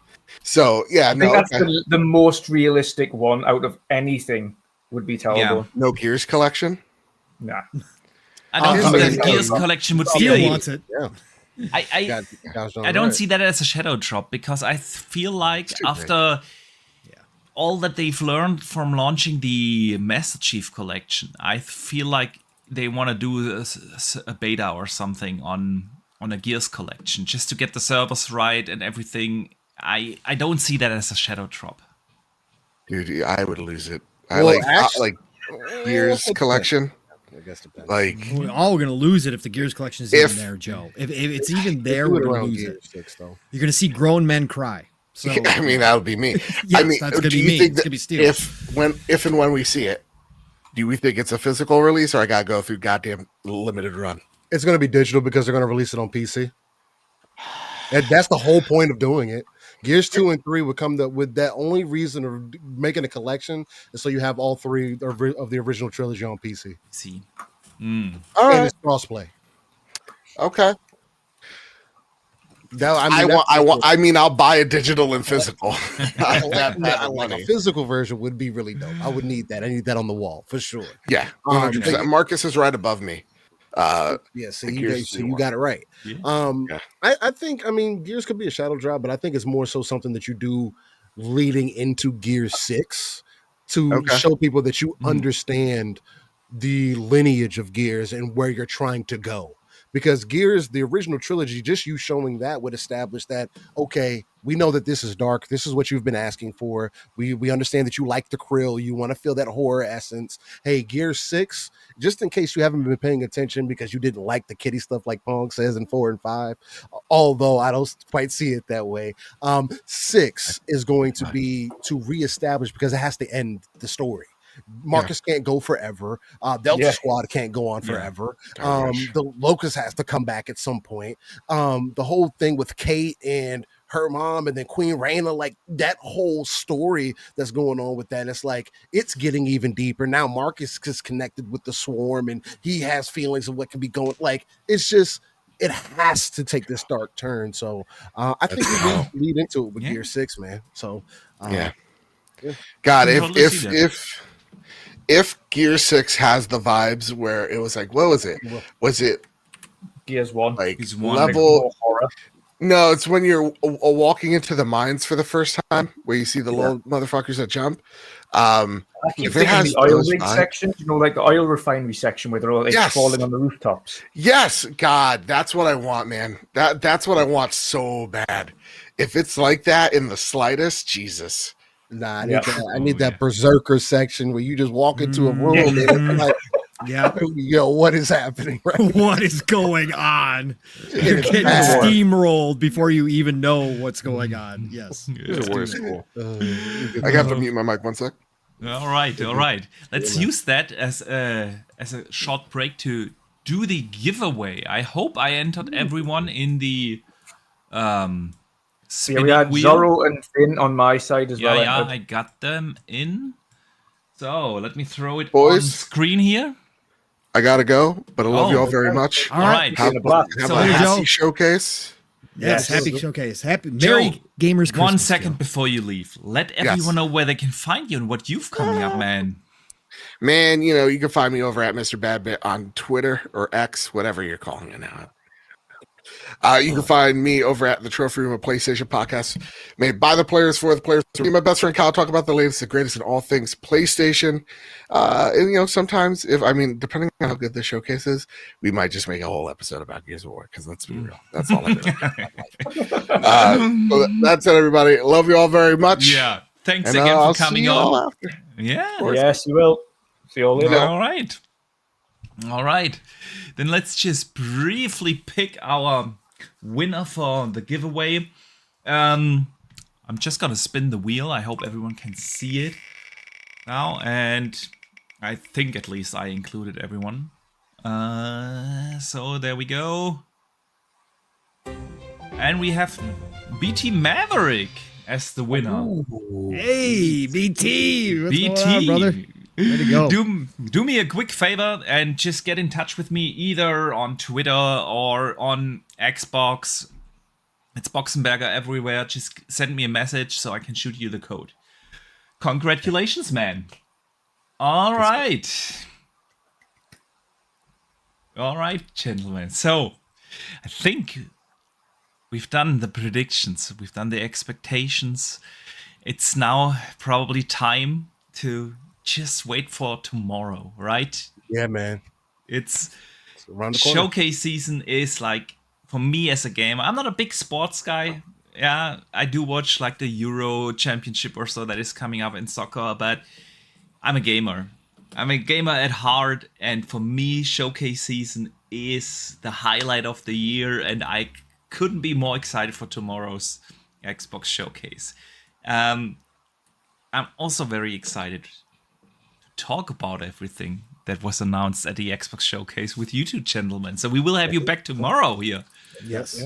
Yeah. And we directly after the Xbox Showcase and the Call of Duty Developer Direct, we will be live here and you guys will join us once again to discuss everything, and let's see what of our predictions came true and if our expectations have been met. So, gentlemen, a big thank you to both of you. And of course, a big thank you to everyone who already left and was part of this prediction show. Let people know where they can find you two and what you've coming up, besides being on the post show tomorrow. Go ahead, Paul. Okay. Well, no, this was great. Man, it's been too long, Box. Absolutely. Dutch, obviously, it's been way too long. My real life got crazy, and it's all over the place, and I can't do it as much as I used to, and I want to. I'd love to do this 7 days a week, but I can't. But no, I appreciate you and the invite, and tomorrow is going to be a blast. Has become tradition for me and Steel to join you two again to talk the showcase afterwards. So looking forward to that, and chat. Amazing chat here. Tons of familiar faces and new faces. So if you're new to hearing myself or Steel, listen, you can find me, Pongsoul, on X, formerly known as Twitter, Pongsoul on the Xbox, Pongsoul on Steam, Pongsoul on GOG, Pongsoul on Epic. You can find me, Pongsoul, everywhere, and I'll follow you back. Otherwise, tomorrow, we are going to be on the Fun Speculation Network. That is the Fun Speculation family channel, as we always do for these big showcases, over with Mav and the rest of the crew, and that we will go live about an hour before the showcase, 11 o'clock Central Time, or no, 11 o'clock, 11 o'clock Central, right? Or 11 o'clock Eastern. 11 Central. 11 Central, 11 Central, noon Eastern, 9 o'clock Pacific Time, and we're going to cover the entire showcase, as we always do. We're a bunch of little kids. You can go watch a million other shows. There is a million other shows. If you decide to tune in for 5 minutes with us, appreciate you. Just drop on by, say hi at least. We're going to have a fantastic time. We do not temper expectations, and we do not get disappointed. We control our own selves, but we all get like little giddy kids, man. So we're going to have a blast there. Of course, then, as Box said, afterwards, we will be right back here to join these two incredible gentlemen to do an after show talk. So we will see you guys here tomorrow as well. Otherwise, normal week next week. Obviously I got to work, so I'm not going to be able to do Monday or Tuesday. Mav is going to be, but I'm not going to be there. But otherwise, next week you can catch me Thursdays, PM in the PM, Pong and Mav in the PM on the Fun Speculation Network, 7 p.m. Eastern, 6 o'clock Central Time. Xbox Ultimate Friday nights back on the Fun Speculation Network, 10 p.m. Eastern, 9 o'clock Central Time. And then, of course, Saturday mornings, I'm right here with my brother from another, Steel Rain, and we go live, raw and uncut, and living split screen. Split screen is all one word. Normally, we go 4+ hours now. That's just our thing. We just ended season 3. Oh, I know, because I do my housework to you guys every day. Yeah, thank you, Dutch. You guys are So my does cooking Boom. show. So does Boom. So does everybody. Like, it's crazy. That's what we do. We'll take you from the morning to the afternoon, or your afternoon to your evening, depending on where you are in the world, right? We're there for you. But we do 4+ hours, just me and Steel. We bring the chat involved. We get chat conversations involved. We do all that kind of stuff. And we're non-console centric. So we talk about all the gaming news, but we talk games too. That's the big thing. Our show usually starts off with an hour and a half of us just talking about what we've been playing. So you don't get that everywhere, but that's what we bring Saturday mornings. Living Split Screen. Split Screen is all one word. Again, we just ended season 3. We're starting season 4 next week. Perfect timing with the E3, not E3 Gamers Christmas upon us. But other than that, Saturday nights, the Shop Podcast, PTK Blam's channel. He's going to be taking a break for a few weeks. We are doing a show tonight. You can always catch us there normally Saturday nights, PTK Blam's channel, the Shop, Fuzzy, myself, Blam, and a couple guests usually. 10 p.m. Eastern, 9 o'clock Central Time. Best way to end your Saturday night. Otherwise, folks, it's the golden age of gaming. So please enjoy this. Not all the nonsense, the BS. It's Gamers Christmas. If you can't enjoy this, if you can't get excited for a couple of games out of all these games, I don't know what to tell you, but try, because man, there's been no better time to be a gamer than right now. Play what you love what you play, and I'll talk to y'all real soon. Thanks, Box and Dutch. Appreciate you both. I've missed these outros. Yeah, I cut that one down too a little bit. So, but yeah. Well, Apple Pongs, man. We are going to be very many places in very short time, and you can catch us definitely tomorrow with fun speculation in the family, if I can ever talk in whatever universe we're in right now.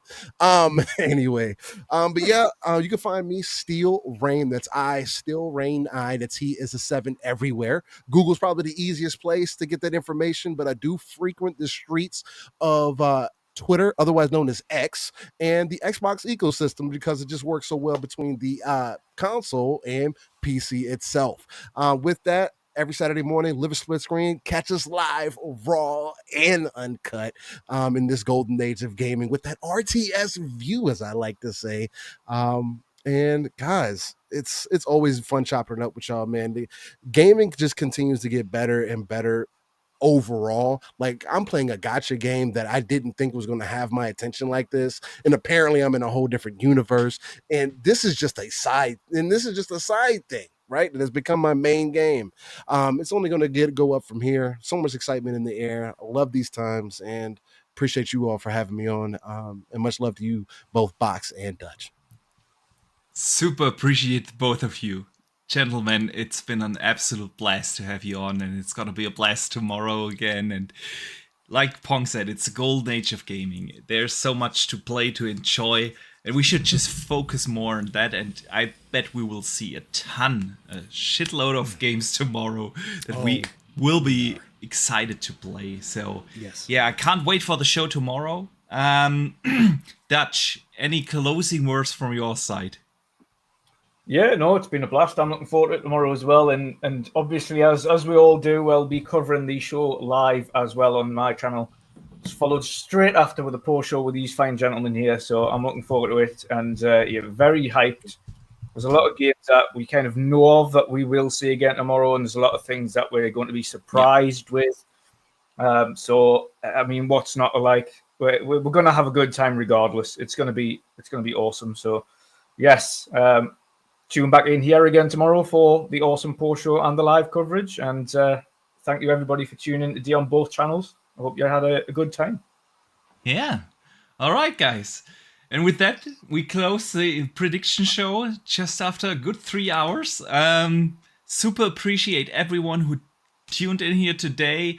I need to shout out one super chat that came in last minute from Lord Metroid, who says, Metroid Prime 4. He's joking, excited for the Xbox showcase. Yeah, but man, I would love to see Metroid Prime 4. Anyway, appreciate the support. Appreciate everyone who listened in, either here on YouTube or on X. We had also more than 700 viewers on X. And of course, everyone who listens on the podcast services. We super appreciate you all. I do hope you guys are going to enjoy the Xbox showcase tomorrow. Don't forget to tune in right after to discuss everything. We want to hear your thoughts as well. Of course, then in the chat, what were your highlights? Were you surprised by something? Let's talk about that tomorrow. Until then, play some games, enjoy the weekend, and don't forget to game on.